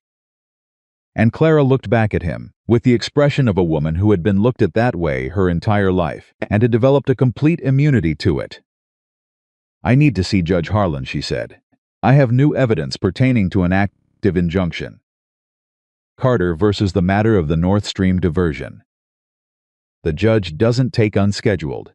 Tell him the enjoined party worked through last night's storm reinforcing the structure," Clara said. "Tell him I have a signed and dated witness statement. And tell him the hearing is in 7 days, which is not enough time if he has to issue a contempt ruling and reset." The clerk looked at Thomas, apparently hoping for an ally. Thomas offered him nothing. The clerk went through the back door. He came back in 4 minutes. "Judge Harlan will see you." Judge Harlan was a narrow man in his 60s with a face that had been arguing with the world for decades and had arrived at a kind of exhausted precision. He read the witness statement without speaking. Then he read it again. "You observed this yourself," he said to Clara. "I did," she said. "My Nathaniel Carter was with me. Both our signatures are on the statement. And the work was on the Hawthorne side of the property line." "Yes. But the injunction language restrains completion of any diversion structure that would interfere with a natural continuous flow documented in the Carter deed. Reinforcing the foundation under cover of a storm, 7 days before the hearing," she paused. "I believe that constitutes contempt, Your Honor. Willful evasion of the spirit of the order, if not its exact letter." Harlan looked at her over his reading glasses. "You a lawyer, Mrs. Carter?" "No, sir. You read like one. My father lost his land to men who counted on him not knowing how things worked, she said. I decided early that I would know. Harlan set the statement down. I'm going to issue a show cause order, he said. Hawthorne will have to appear before me and explain why his men were on that structure during the injunction period. If his explanation doesn't satisfy me, he stopped. The hearing stays on schedule, but this goes into the record. That's all I'm asking, Clara said. One more thing. Harlan took off his glasses. Hawthorne's attorney is Edgar Whitfield. You know that name? No, he should. He's argued 3 water rights cases in this territory in the last 5 years and won all 3. He looked at her steadily. You're going to need representation at the hearing, Mrs. Carter. Good representation. Clara held his gaze. Is there anyone in Millhaven who would take the case on short notice? There's a man named Aldous Frey, Harlan said. He's retired from practice, but he still consults. Tell him I sent you. He put his glasses back on and looked back at the statement. Tell him to come prepared. On the steps outside, Thomas said, the judge likes you. The judge likes the paperwork, Clara said. Let's find Aldous Frey. Aldous Frey was 70 years old, lived above a bootmaker's shop, and answered the door in his suspenders with a coffee cup in one hand and a legal text in the other, which Clara took as an encouraging sign. He listened to everything she said without interrupting. He read the documents she'd brought: the deed, the water rights filing, the witness statement, the injunction copy, with the focused attention of a man who had never learned to read carelessly. When she finished, he set the papers down and said, Where did you draft the injunction application? At my kitchen table, Clara said. He looked at her for a long moment. Harlan issued the order on that? He did. He picked up the deed again. The watercourse language is strong. Natural and continuous is specific. Whitfield's going to argue that Hawthorne has the right to manage water flow on his own property. And the counter? Clara said. The counter is that management of flow upstream that foreseeably and materially interrupts downstream documented rights constitutes interference regardless of property line. He looked at her over his own glasses. It's a good argument. Depends on the judge's mood and the quality of the evidence. We have a witness statement from the night of the storm, Clara said. And I have 3 separate filings across 2 jurisdictions creating a documented record. Frey's eyebrows rose slightly. You filed with the Territorial Land Office as well? And the County Board of Water Rights. He was quiet for a moment. Mrs. Carter, what exactly did you do before you came west? Survive, she said. He almost smiled. I'll take the case, he said. I'll need everything you've brought me plus anything else Carter has. And I need to know about the grazing petition too that Larson Parcel Business will help establish that Carter is actively developing and improving his operation, which argues against Hawthorne's probable claim that the ranch is distressed and the water rights are therefore of limited use. I can have everything to you by tomorrow afternoon, she said. Tomorrow morning, Frey said. The show-cause hearing Harlan's issuing will likely be day after tomorrow. I want to be ready. Thank you, Mr. Frey. Thank Harlan, Frey said. He doesn't send me work he thinks I can't win. On the ride back, Thomas was quiet for a long stretch. Then he said, You knew about Aldous Frey before we went to the judge. Clara glanced at him. I'd heard the name. From where? Millie Greer mentioned him 3 weeks ago when she was telling me about the county's history, Clara said. I filed it away. Thomas absorbed this. You file everything away. I tried to, she said. Papa didn't know any of this was possible, Thomas said. It wasn't an accusation. It was an observation, and the weight of it was the weight of a son who loves his father and has been watching him fail, with the helpless clarity of someone who can see the problem but can't name the solution. Your father knows the land, Clara said. He knows the cattle and the water and the grass and the weather. He built something real out here. She looked straight ahead. What he didn't know was how to fight the people who wanted to take it. That's a different kind of knowledge, but you know it. I do. Thomas was quiet. Then why did you come here, really? The advertisement was Papa told me what it said. You didn't fit it. Clara smiled. I didn't, so why? She thought about how to answer that honestly, in the way Thomas deserved, not simplified, not protective, but true. I had spent my whole life being good at things that nobody gave me credit for, she said. And I was tired of it. I wanted somewhere that needed what I actually had. She paused. Your father's advertisement said industrious. That word was enough. Thomas let that sit for a moment. He almost sent you back, he said. That first day, I know, I'm glad he didn't. So am I, she said. They rode the rest of the way in the easy quiet of two people who have said enough. Nathaniel met them in the yard when they returned. He read Clara's face before she said a word, and his shoulders came down slightly from where they'd been. Frey's taking the case, she said, dismounting. The judge is issuing a show cause order. There'll be a preliminary hearing day after tomorrow, and the main hearing in 7 days. Hawthorne will know by this afternoon, Nathaniel said. Yes, she said, and he's going to come here. You think so? I know so, she said. He's a man who likes to look people in the eye when he thinks he's winning. He'll come to offer you a way out before the hearing. Something that sounds reasonable. Something that lets him save face while you lose everything. Nathaniel was quiet. And when he does, you tell him the matter is before the court, Clara said, and refer him to your attorney. Nothing else. Don't argue, don't justify. Don't let him make it personal. It is personal, I know, she said. Keep it anyway. He looked at her for a moment. You've done this before. My father did it wrong, she said simply. I watched what happened when a man let his anger into a negotiation he should have kept cold. She met his eyes. Don't give Hawthorne your anger. He'll use it. Nathaniel nodded slowly. Then the cattle on the Larson section need rotating tomorrow. The south pasture should be ready for the near herd by end of the week.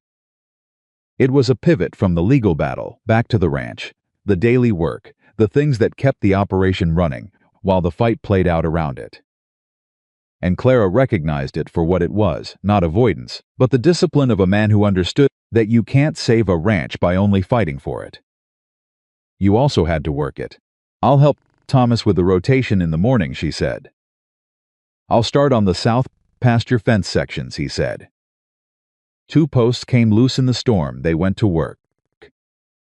Hawthorne came the next morning. He came alone, which was either confidence or strategy, and he arrived at a time when Clara was in the barn, and Nathaniel was at the fence line, and only Hazel was at the house. Which told Clara he'd watched the property long enough to know the morning patterns. She came around the side of the barn and saw his horse at the rail, and her stomach tightened. She got to the porch in time to hear Hazel say, through the screen door, in a voice of extraordinary 9-year-old composure, my father's at the fence. I can get him if you need. I'd appreciate that, sweetheart, Hawthorne said. Don't call her that, Clara said. Hawthorne turned. He'd seen her approaching and had decided not to show it, which meant he'd been watching her out of the corner of his eye since she'd come around the barn. Mrs. Carter, he said. Mr. Hawthorne. She came up the porch steps and stood between him and the screen door. Hazel, go find your father, please. Hazel went, the screen door closed.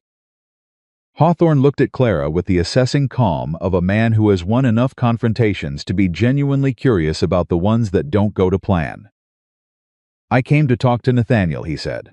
I know, she said. He'll be here shortly. I wanted to discuss the situation before it gets further out of hand, he said. These legal proceedings, it's not good for anyone. The territory's small. People have to live together. They do, Clara agreed. The hearing's going to be costly, he said. For both sides. Whitfield doesn't come cheap.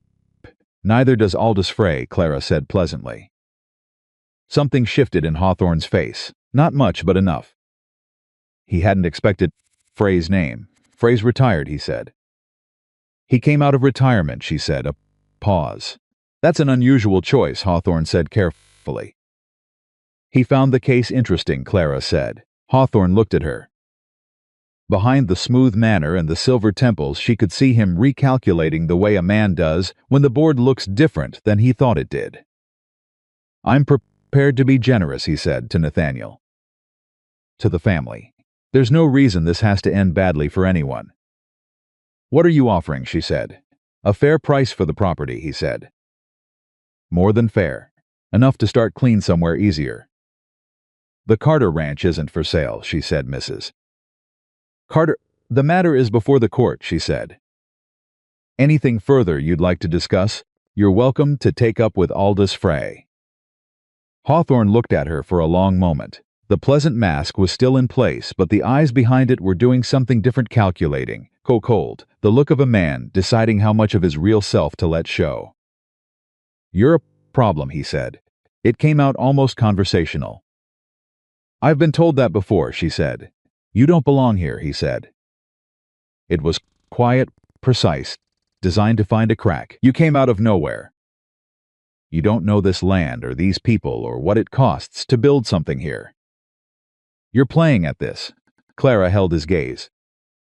"I repaired the water pump, reseeded the fence posts, oiled the barn roof, filed a grazing petition, documented water rights across 2 jurisdictions, and had a restraining order issued on your construction project," she said. "In 23 days," she paused. "How long did it take you to build what you have, Mr. Hawthorne?" The silence was absolute. Then Nathaniel's voice came from behind her. "I think you've said what you came to say, William." She hadn't heard him approach. Neither had Hawthorne, and the involuntary shift in his expression when he looked up and found Nathaniel standing at the bottom of the porch steps showed it. Nathaniel had clearly heard most of the exchange. His face was controlled. Whatever Clara had said to him about keeping his anger out of it had apparently landed, but there was a quality to his stillness that was not quite stillness. It was the stillness of something held.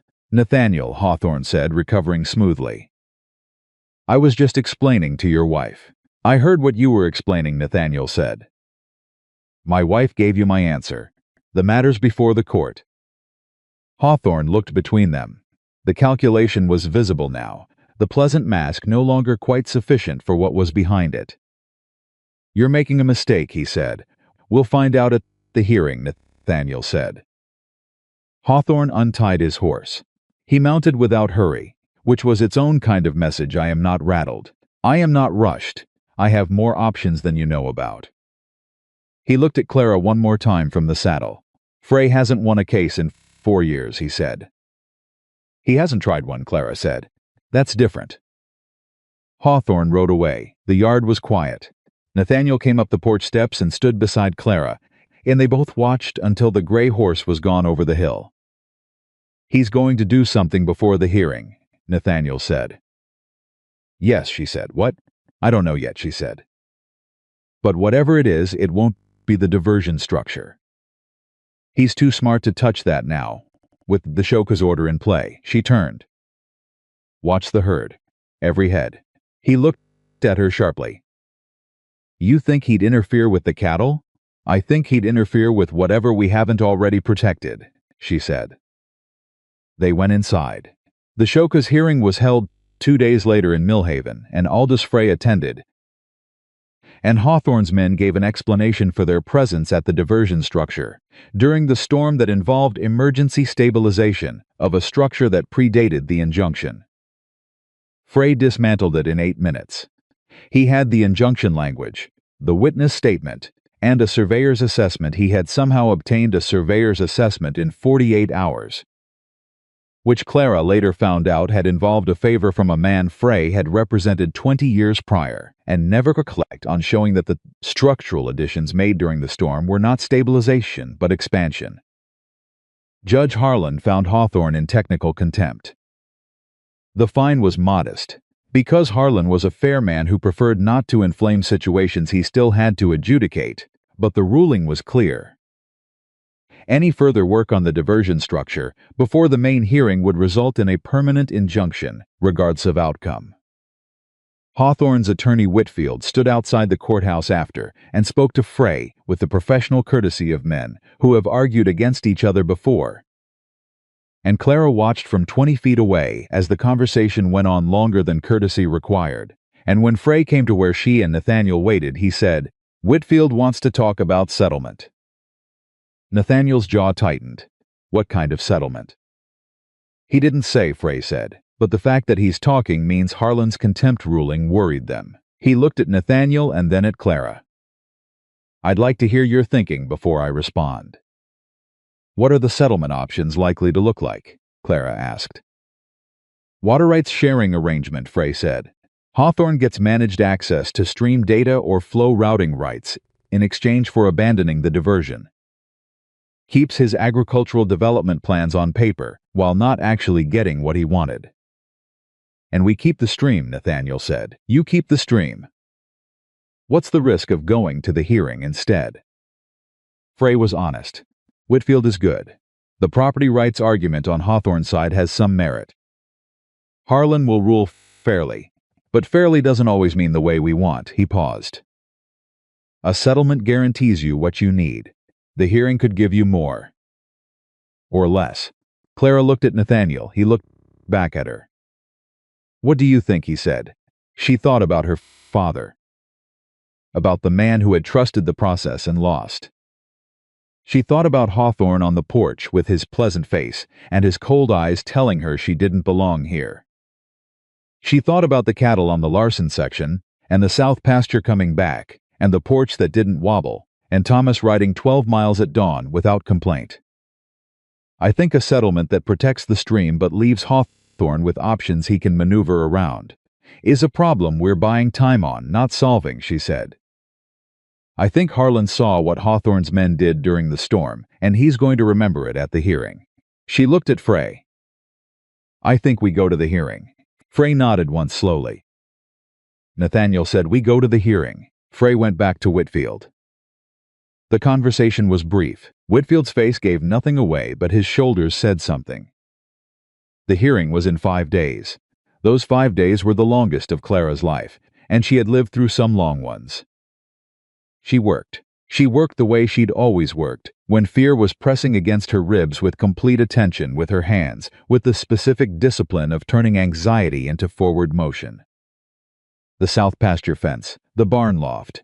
A leak in the kitchen roof she'd noticed and filed away for later, and now pulled forward because later was better than never, and she needed something to nail. Nathaniel watched her work and worked beside her when he could, and the quality of silence between them in those 5 days was different from any that had come before, deeper, more textured. The silence of two people who have said the real things and are now living inside them. On the third evening, Hazel came to find Clara in the kitchen and said, "Mrs. Alderman said something at school today." Clara set down her pen. "What did she say?" Hazel's face was careful. "She said Papa was foolish to fight Hawthorne. She said men like Hawthorne always win." She paused. "And she said you put ideas in Papa's head that were going to get us all in trouble." Clara looked at her for a long moment. "What did you say?" "I didn't say anything," Hazel said. "I didn't know what to say." "What did you want to say?" Hazel thought, really thought in the way she did when she was being honest with herself, rather than just reaching for the nearest comfortable answer. "I wanted to say that our water pump works," she said. "And the porch doesn't fall in. And Thomas stopped being sad all the time." She looked at Clara. "I wanted to say that things are different now, and different is better." Clara reached across the table and took Hazel's hand. "Next time," she said, "you can say exactly that." "What if she argues?" "Then you let her argue," Clara said. "You don't have to win an argument to be right." Hazel thought about this with the seriousness it deserved. "That's hard," she said. "Yes," Clara said, "it is." Hazel went to bed. Clara sat at the table for a while after, in the quiet of the house, and she let herself feel the weight of the next 2 days, not to be crushed by it, but to acknowledge it, which was different. She was scared. She had been managing fear since the moment she'd stepped off the train, managing it the way she managed a seized bolt, with patience and the right tool, and the understanding that force alone wouldn't free it. But 5 days out from the hearing, and 3 days out from Hawthorne doing whatever he was going to do, The fear had gotten larger than managing. She heard the stairs. Nathaniel appeared in the kitchen doorway. He looked at her. Whatever he saw in her face was apparently something he hadn't seen there before, because he came fully into the kitchen and sat down across from her without asking permission or announcing himself.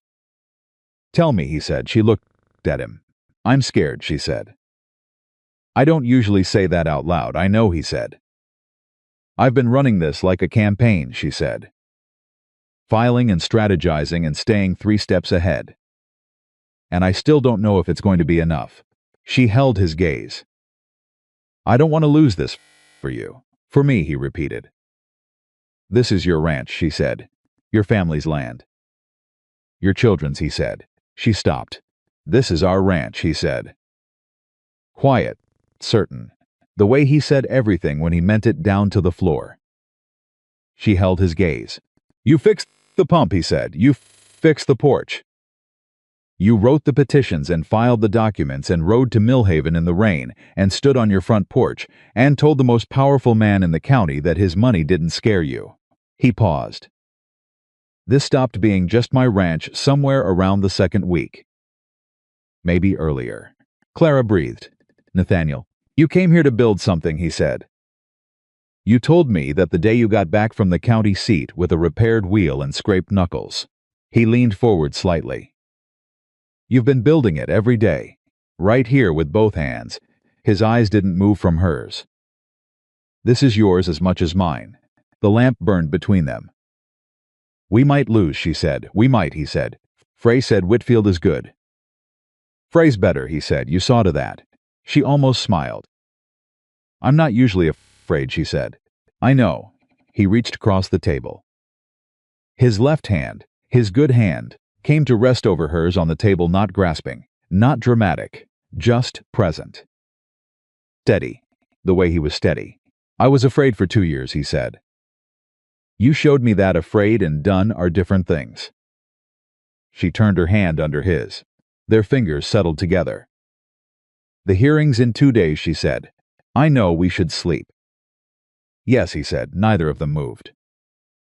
Outside the window, the summer dark pressed close, and the cattle were settled, and the stream ran along the north boundary, carrying the same water it had always carried, faithful and indifferent, doing what water does finding its way downhill.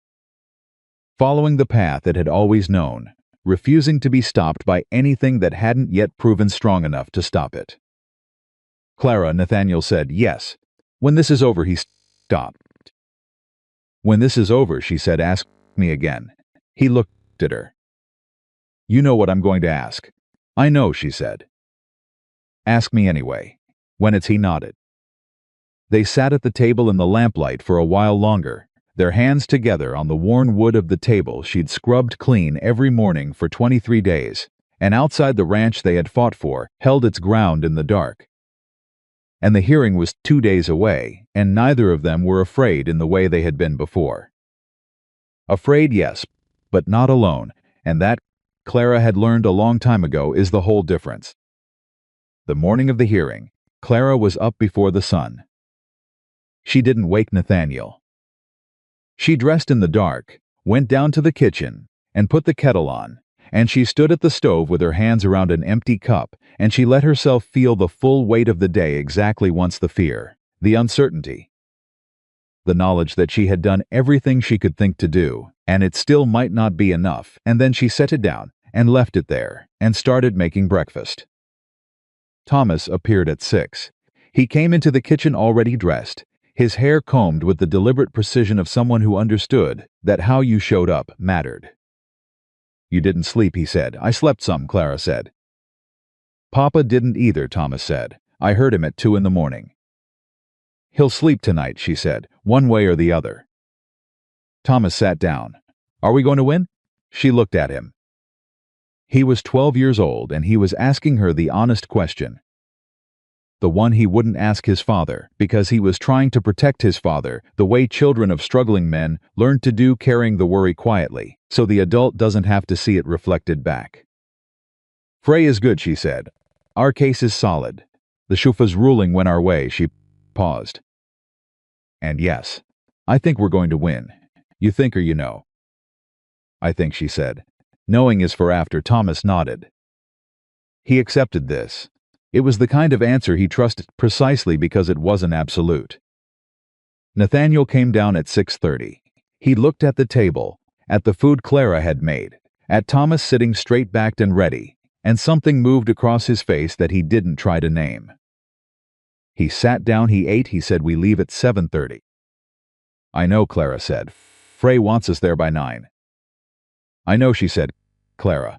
She looked at him. Whatever happens today. Ask me tonight, she said. Like you said you would. His jaw settled. He nodded once. He went back to his eggs. Hazel came down at 7 and was told she was staying with Millie Greer for the day, which she received with the specific displeasure of a child who knows she's being protected and resents the protection while simultaneously accepting it. She hugged Clara before they left, hard and quick, the way children hug when they're scared but don't want to say so. Come back with good news, she said into Clara's shoulder. That's the plan, Clara said.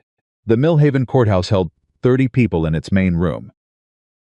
And by the time Nathaniel and Clara and Thomas arrived, Thomas had refused to stay behind with such quiet, absolute certainty that Nathaniel had stopped arguing after the second attempt. There were already 20 in the gallery. Red Hollow had sent its people. Millie Greer was there, which surprised Clara until she remembered that nothing in a 100-mile radius happened without Millie knowing about it and deciding it required her presence. The minister was there. 2 of the ranchers whose properties bordered the North Stream were there, which was more significant than it appeared, because they had their own interests in the water rights outcome, and their presence was a statement. Harlan Prowse was there. Clara saw him in the 3rd row and felt the complex mix of emotions that came with it. Prowse, who had mocked her from his horse while Thomas set down his feet and didn't flinch. Prowse, who had called her a liability in words just short of her hearing. He wasn't looking at her. He was looking at his hands. Frank Good was there, which meant Hawthorne had sent an observer. Hawthorne himself sat at the respondents' table with Edgar Whitfield beside him. Whitfield was a lean, composed man in an excellent suit who radiated the specific confidence of someone who had been winning arguments professionally for decades. He did not look at Clara. He looked at Frey, with the assessing calm of a man taking the measure of an opponent. Frey was already seated at the petitioner's table, his documents arranged with the quiet efficiency of someone who has done this enough times that preparation is automatic. He glanced at Clara when she sat beside Nathaniel and gave a single small nod that meant, "We're ready." Judge Harlan entered. Everyone stood, everyone sat. And the hearing began. Whitfield opened first. He was, as advertised, extremely good. He laid out Hawthorne's position with the measured clarity of a man who knows that overstatement is the enemy of persuasion. Hawthorne had property rights on his own land. He had the right to manage water flow within his property boundaries. The watercourse language in the Carter deed described historical conditions rather than a guaranteed future state, and no reasonable reading of the injunction could permanently prohibit a landowner from developing his own property. He was reasonable. He was calm. He cited 3 precedents with the ease of a man who had memorized them years ago and never needed to look them up. Clara listened to every word. She made 4 small notes on the paper in front of her and slid it to Frey without looking at him. Frey read it. She felt him go very slightly still. Then it was Frey's turn. Aldous Frey did not open with precedent. He opened with the deed. He read the watercourse clause aloud. All watercourse rights, natural and continuous, across said parcel from north boundary to south, as of the date herein, and then he read it again, slower. And in the silence after the second reading, he said, "Your Honor, the word continuous is doing significant work in this language. It is not merely descriptive. It is promissory. The original grantor understood that a water supply interrupted at the source provides no more protection than no water supply at all, and he wrote the deed accordingly." He then cited the 3 cases Whitfield had cited and explained precisely why each of them was distinguishable from the current situation, in language so specific and so accurate that Clara saw Whitfield's pen stop moving on his notepad. Then Frey called his first witness, the surveyor. the one he'd obtained in 48 hours on a 20-year-old favor. The surveyor testified for 20 minutes about the diversion structure, its position, its design, its demonstrated effect on downstream flow if completed. He had numbers, he had measurements, he had a diagram that Harlan studied for a full minute without speaking. Whitfield cross-examined efficiently and found very little purchase. Then Frey called Clara. She had not expected this. Frey had not told her. She looked at him, and he gave her the smallest possible nod, "Trust me." And she stood and walked to the witness chair, with her back straight and her hands still. Whitfield objected. The petitioner's wife is not a material witness to the technical question before the court. She is a witness to the respondent's conduct during the injunction period, Frey said. The show cause ruling established that the court finds this conduct relevant. Harlan said, overruled. Proceed, Mr. Frey. Frey asked Clara 4 questions. What did you observe on the night of the storm? Where exactly were you standing when you observed it? What specifically did you see the respondent's men doing? And this was the question Clara hadn't expected. How long have you been working the Carter Ranch? 23 days, she said. And in that time, have you made improvements to the property? Yes. What improvements? She listed them. The pump, the porch beam, the fence posts, the barn roof, the window hinges. She listed them plainly, without embellishment, in the specific language of someone describing work they had done with their own hands, because that was exactly what it was. The gallery was very quiet. And in your assessment, Frey said, is the Carter Ranch a distressed operation facing inevitable failure? No, Clara said. What is it? It's a working ranch with sound fundamentals that was being managed by a man with a damaged hand who needed support, she said. It needed attention and specific repairs and some strategic decisions about grazing rotation and water management. All of those things are now in progress. She paused. It is a viable operation. It will continue to be one. Frey said no further questions. Whitfield stood. He looked at Clara for a moment, with the assessing calm that had not wavered throughout the morning. Then he said, Mrs. Carter, you arrived at the Carter Ranch approximately 3 weeks ago as a mail-order bride. That's correct. You have no formal legal training. That's correct. No formal agricultural or engineering certification. That's correct. And yet you've filed documents with 2 separate jurisdictions, obtained a restraining order, and are now testifying as an expert witness regarding ranch viability. He paused. On what basis does this court accept your assessment of the property's future? Clara looked at him. The same base it accepts anyone's assessment, she said. Evidence. I've listed the specific improvements made and the specific operational changes implemented. The grazing petition approved by the county probate court is part of the record. The water rights filing is part of the record. The surveyor's testimony is part of the record. She held his gaze. My assessment is not an opinion, Mr. Whitfield. It's a description of documented work.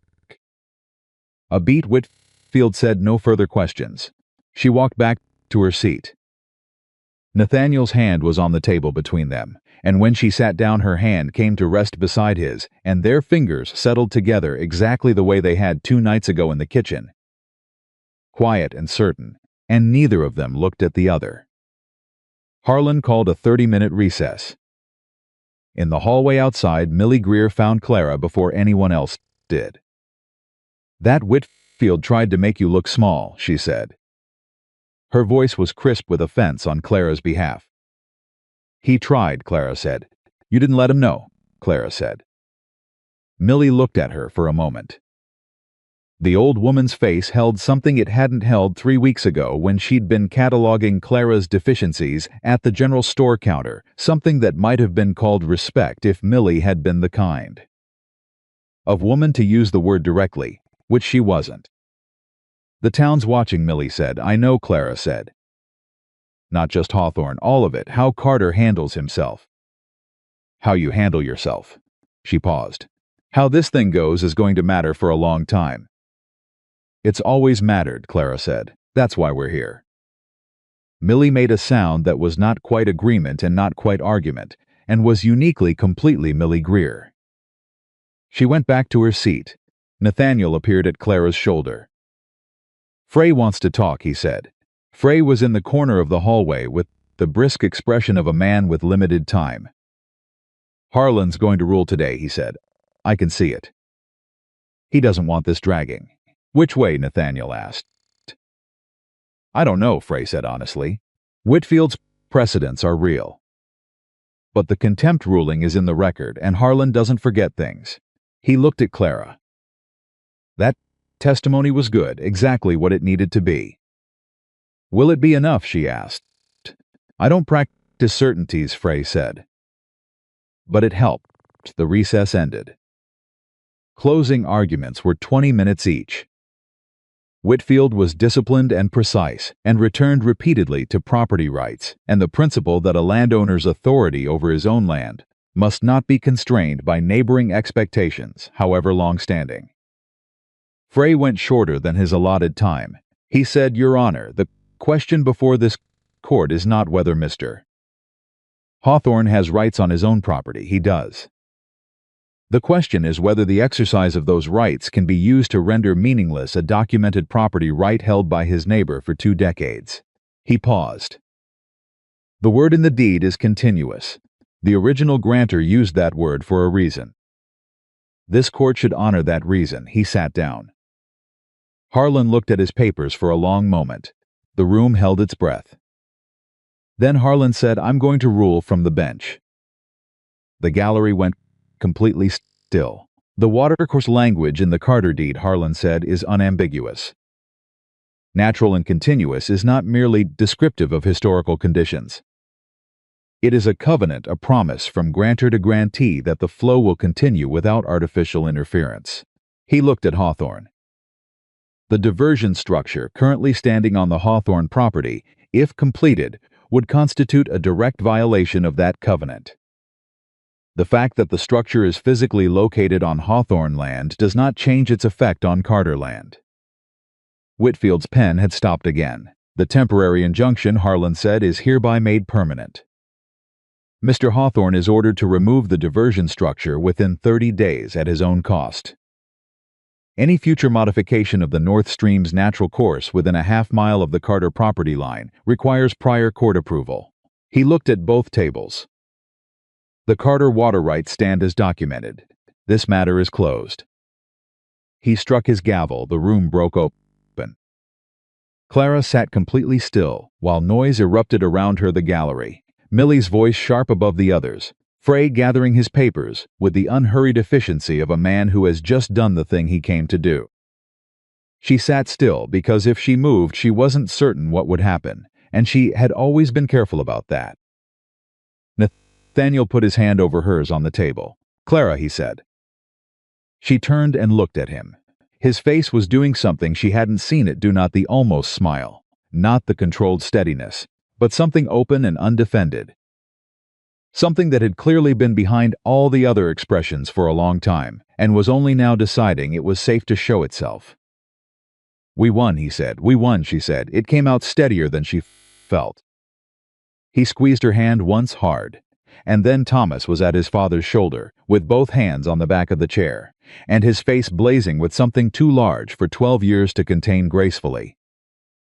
And Nathaniel stood and pulled his son into him, and Clara looked away to give them that moment, and found herself looking directly at Harlan Prowse. He was standing in the gallery aisle. He was not leaving. He was looking at her with an expression she couldn't entirely read, not the contempt from the fence line, not the defensive aggression of a man caught saying something ugly. Something more complicated. He walked toward her. She stood. He stopped 2 feet away.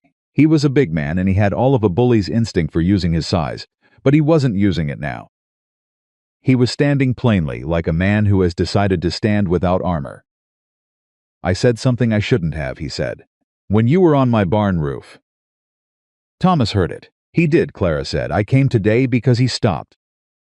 His jaw moved. "I've got water rights that touch the North Stream too. Smaller than Carter's. I never thought Hawthorne would come for them because I always figured I wasn't worth the trouble." He paused. I'm starting to think I was wrong about that. You probably were, Clara said. I was also wrong about. He stopped again. This was clearly costing him more than the water rights admission. About what I said. About you. He looked at her directly, the way a man looks when he's made a decision to do something right and is making himself follow through. You belong here as much as anyone. Clara held his gaze. Yes, she said, I do. Prue nodded. He turned and walked out. She stood for a moment, breathing. Then Millie was beside her, and the minister and 2 women from the church who had been part of the assessment committee that first Sunday, and were now wearing the expressions of people revising a prior verdict in real time.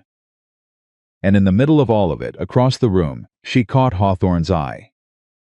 He was standing at the respondents' table while Whitfield gathered papers. His face was composed. He was not a man who showed defeat easily or cheaply. But he was looking at her with an attention that was different from anything she'd seen from him before, not the calculating assessment, not the pleasant mask, but something plain and unvarnished. He gave her the smallest possible nod, not concession. Not warmth, but acknowledgement. She nodded back once. And that was the end of it. They drove back to Red Hollow in the late afternoon light, all 3 of them on the buckboard. Thomas in the back ape inside of 20 minutes, because the tension of the day had required everything he had, and there was nothing left to run on. Nathaniel drove. Clara sat beside him. For a long time they said nothing, and the quiet was the richest kind, the kind that comes after something large has been survived and the surviving is still settling into the body, becoming real. Frey's going to want his fee, Nathaniel said finally. I know, Clara said. The cattle sale in September will cover it. If the market holds. It'll hold, she said. The herd's been on good grass for 3 weeks. They're coming in better than last year. He nodded.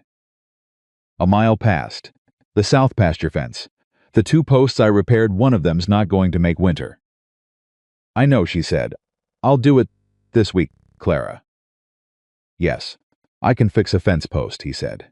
The tone was quiet and exact, and she heard in it something she recognized, not defensiveness, but a man reclaiming a small piece of the territory he'd ceded to necessity. I know you can, she said. I want to fix it, he said. You've been fixing things since the day you arrived. I want to fix my own fence post. She looked at him. All right, she said. I'll need you to hold the post while I set the concrete, he said. My right hand's not reliable enough for the holding and the tamping both. I can do that, she said. Good. A pause. That's not asking for help, he said, with the ghost of something at the corner of his mouth. That's a work arrangement. Absolutely, she agreed. The ghost became an actual smile. She'd seen pieces of it before, the almost smiles, the nearly theirs, but this one arrived complete and unhurried and changed his face entirely, made him look 10 years younger and incalculably more alive. And Clara felt something in her chest do a slow, certain turn like a compass finding north. She looked back at the road ahead. You said you'd ask me something tonight, she said. The smile remained. I said when it was over. It's over, she said. He pulled the horse to a stop in the middle of the road. Thomas did not stir. Nathaniel turned to face her. He had the expression of a man who has been practicing something and has decided that practice is over and the real thing is now. Clara Whitmore, he said, will you marry me? Not as an arrangement. Not because the advertisement said so. Because I am asking you. Because you came here and you fixed my pump and fought for my land and taught my daughter to drive a nail and rode 12 miles at dawn with my son and stood in a courtroom today and told the truth about something you built with your own hands. He stopped. His voice was lower now, stripped of everything except what it was carrying. Because this is your ranch and your family and your home, and I want it to be that on paper and in every way there is, and I want to be the man you come home to. He held her gaze. Will you? Clara looked at him for a long, still moment. She thought about the train platform, the weight of 2 bags and a toolbox and 29 years of being the wrong size and the wrong manner and the wrong everything for whoever was doing the measuring. She thought about his face when she'd first said, Then you got lucky, the shock, the uncertainty, the way he hadn't known what to do with a woman who didn't flinch. She thought about the deed box and the water pump, and Hazel's first real smile, and Thomas saying Miss Clara Carter into the dark of the hallway, testing the sound of it. She thought about his hand over hers on the courthouse table when Harlan struck the gavel. "Yes," she said, "I will." He reached up and touched her face with his left hand, his good hand, the one that worked, and the touch was so careful and so certain, at the same time that she felt it go straight through her. He kissed her. Behind them, Thomas said, without opening his eyes, finally. They broke apart. Clara made a sound that was entirely a laugh. Nathaniel said, "Thomas, I've been waiting for days." Thomas said, still not opening his eyes. "Can we go home now? I want to tell Hazel." Hazel's reaction to the news was to burst into tears, announce that she'd known since the second week, and then demand to know what color dress Clara was going to wear for the wedding. "I don't have many options," Clara said. "Blue," Hazel said with complete certainty. "You should wear blue. It's the right color for you." "I'll take that under advisement," Clara said. "It's not advisement," Hazel said, still wiping her eyes. "It's a fact. I have very good taste." "Thomas, from across the table, you once ate butter straight off the dish and called it a snack." "That was a year ago, and I had good reasons," Hazel said with dignity. "The reasons were that no one was watching." "Thomas," Nathaniel said. Thomas subsided. Millie Greer arrived the following morning with 2 jars of preserved peaches and a bolt of blue fabric, and the information that the minister was available the following Saturday if they wanted to keep it simple. Clara looked at the fabric. It was a good blue. Hazel had been right. "Saturday," she said. "Saturday," Millie confirmed with the satisfaction of a woman who has decided to be useful and is being extremely useful. "I'll make the arrangements." "Millie, don't argue with me about this," Millie said. "I've been watching you hold this family together for a month. You're going to have a proper wedding, and I'm going to help arrange it, and that is simply what is happening." Clara opened her mouth, closed it. "Thank you, Millie." "Don't thank me," Millie said, already halfway to the door. "Just wear the blue." The wedding was held on a Saturday morning at the end of summer, with the minister officiating and the whole of Red Hollow apparently deciding without a formal invitation that they were attending. The church filled beyond its capacity. People stood along the walls. 3 men Nathaniel had known for 20 years and barely spoken to in 2 years of decline were in the front rows with their hats in their hands, which said something about what a court victory and a permanent water rights ruling does for a man standing in a small community. Harlan Preuss was there. He stood in the back and did not make a speech, and did not draw attention to himself. And when Clara caught his eye briefly, she gave him the smallest possible nod, and he gave it back. And that was the entire conversation. And it was enough. Hazel walked beside Clara up the aisle. She had taken the role without asking, for it had simply appeared at the church door at the right moment in a dress she had pressed herself and said, "I'm going with you." And Clara had taken her hand, and they had walked together through the door and down the aisle toward Nathaniel, who was standing at the front with Thomas beside him, both of them in their best clothes. Thomas with his hair combed with that same deliberate precision that said he understood the weight of the occasion. Nathaniel looked at Clara when she reached him, the way a man looks at the thing he almost lost without knowing it was something he needed. Like it was the first real thing he'd seen in years. The minister spoke. Clara heard the words the way you hear words, when the thing that matters is happening underneath them, not the language but what the language is describing, the fact of 2 people deciding to be bound to each other and meaning it. When the minister asked if she took this man, Clara said I do with the same clarity she put into everything direct and unembellished, and completely true. Nathaniel said I do the same way. He kissed her, and the church made a sound that was not a church sound, it was a human sound. The collective exhale of a room full of people, watching something real happen right in front of them. And even the people who had spent a month whispering about the wrong bride and the wrong arrangement, they made sound, because whatever they had thought in the beginning, they were watching something undeniable now.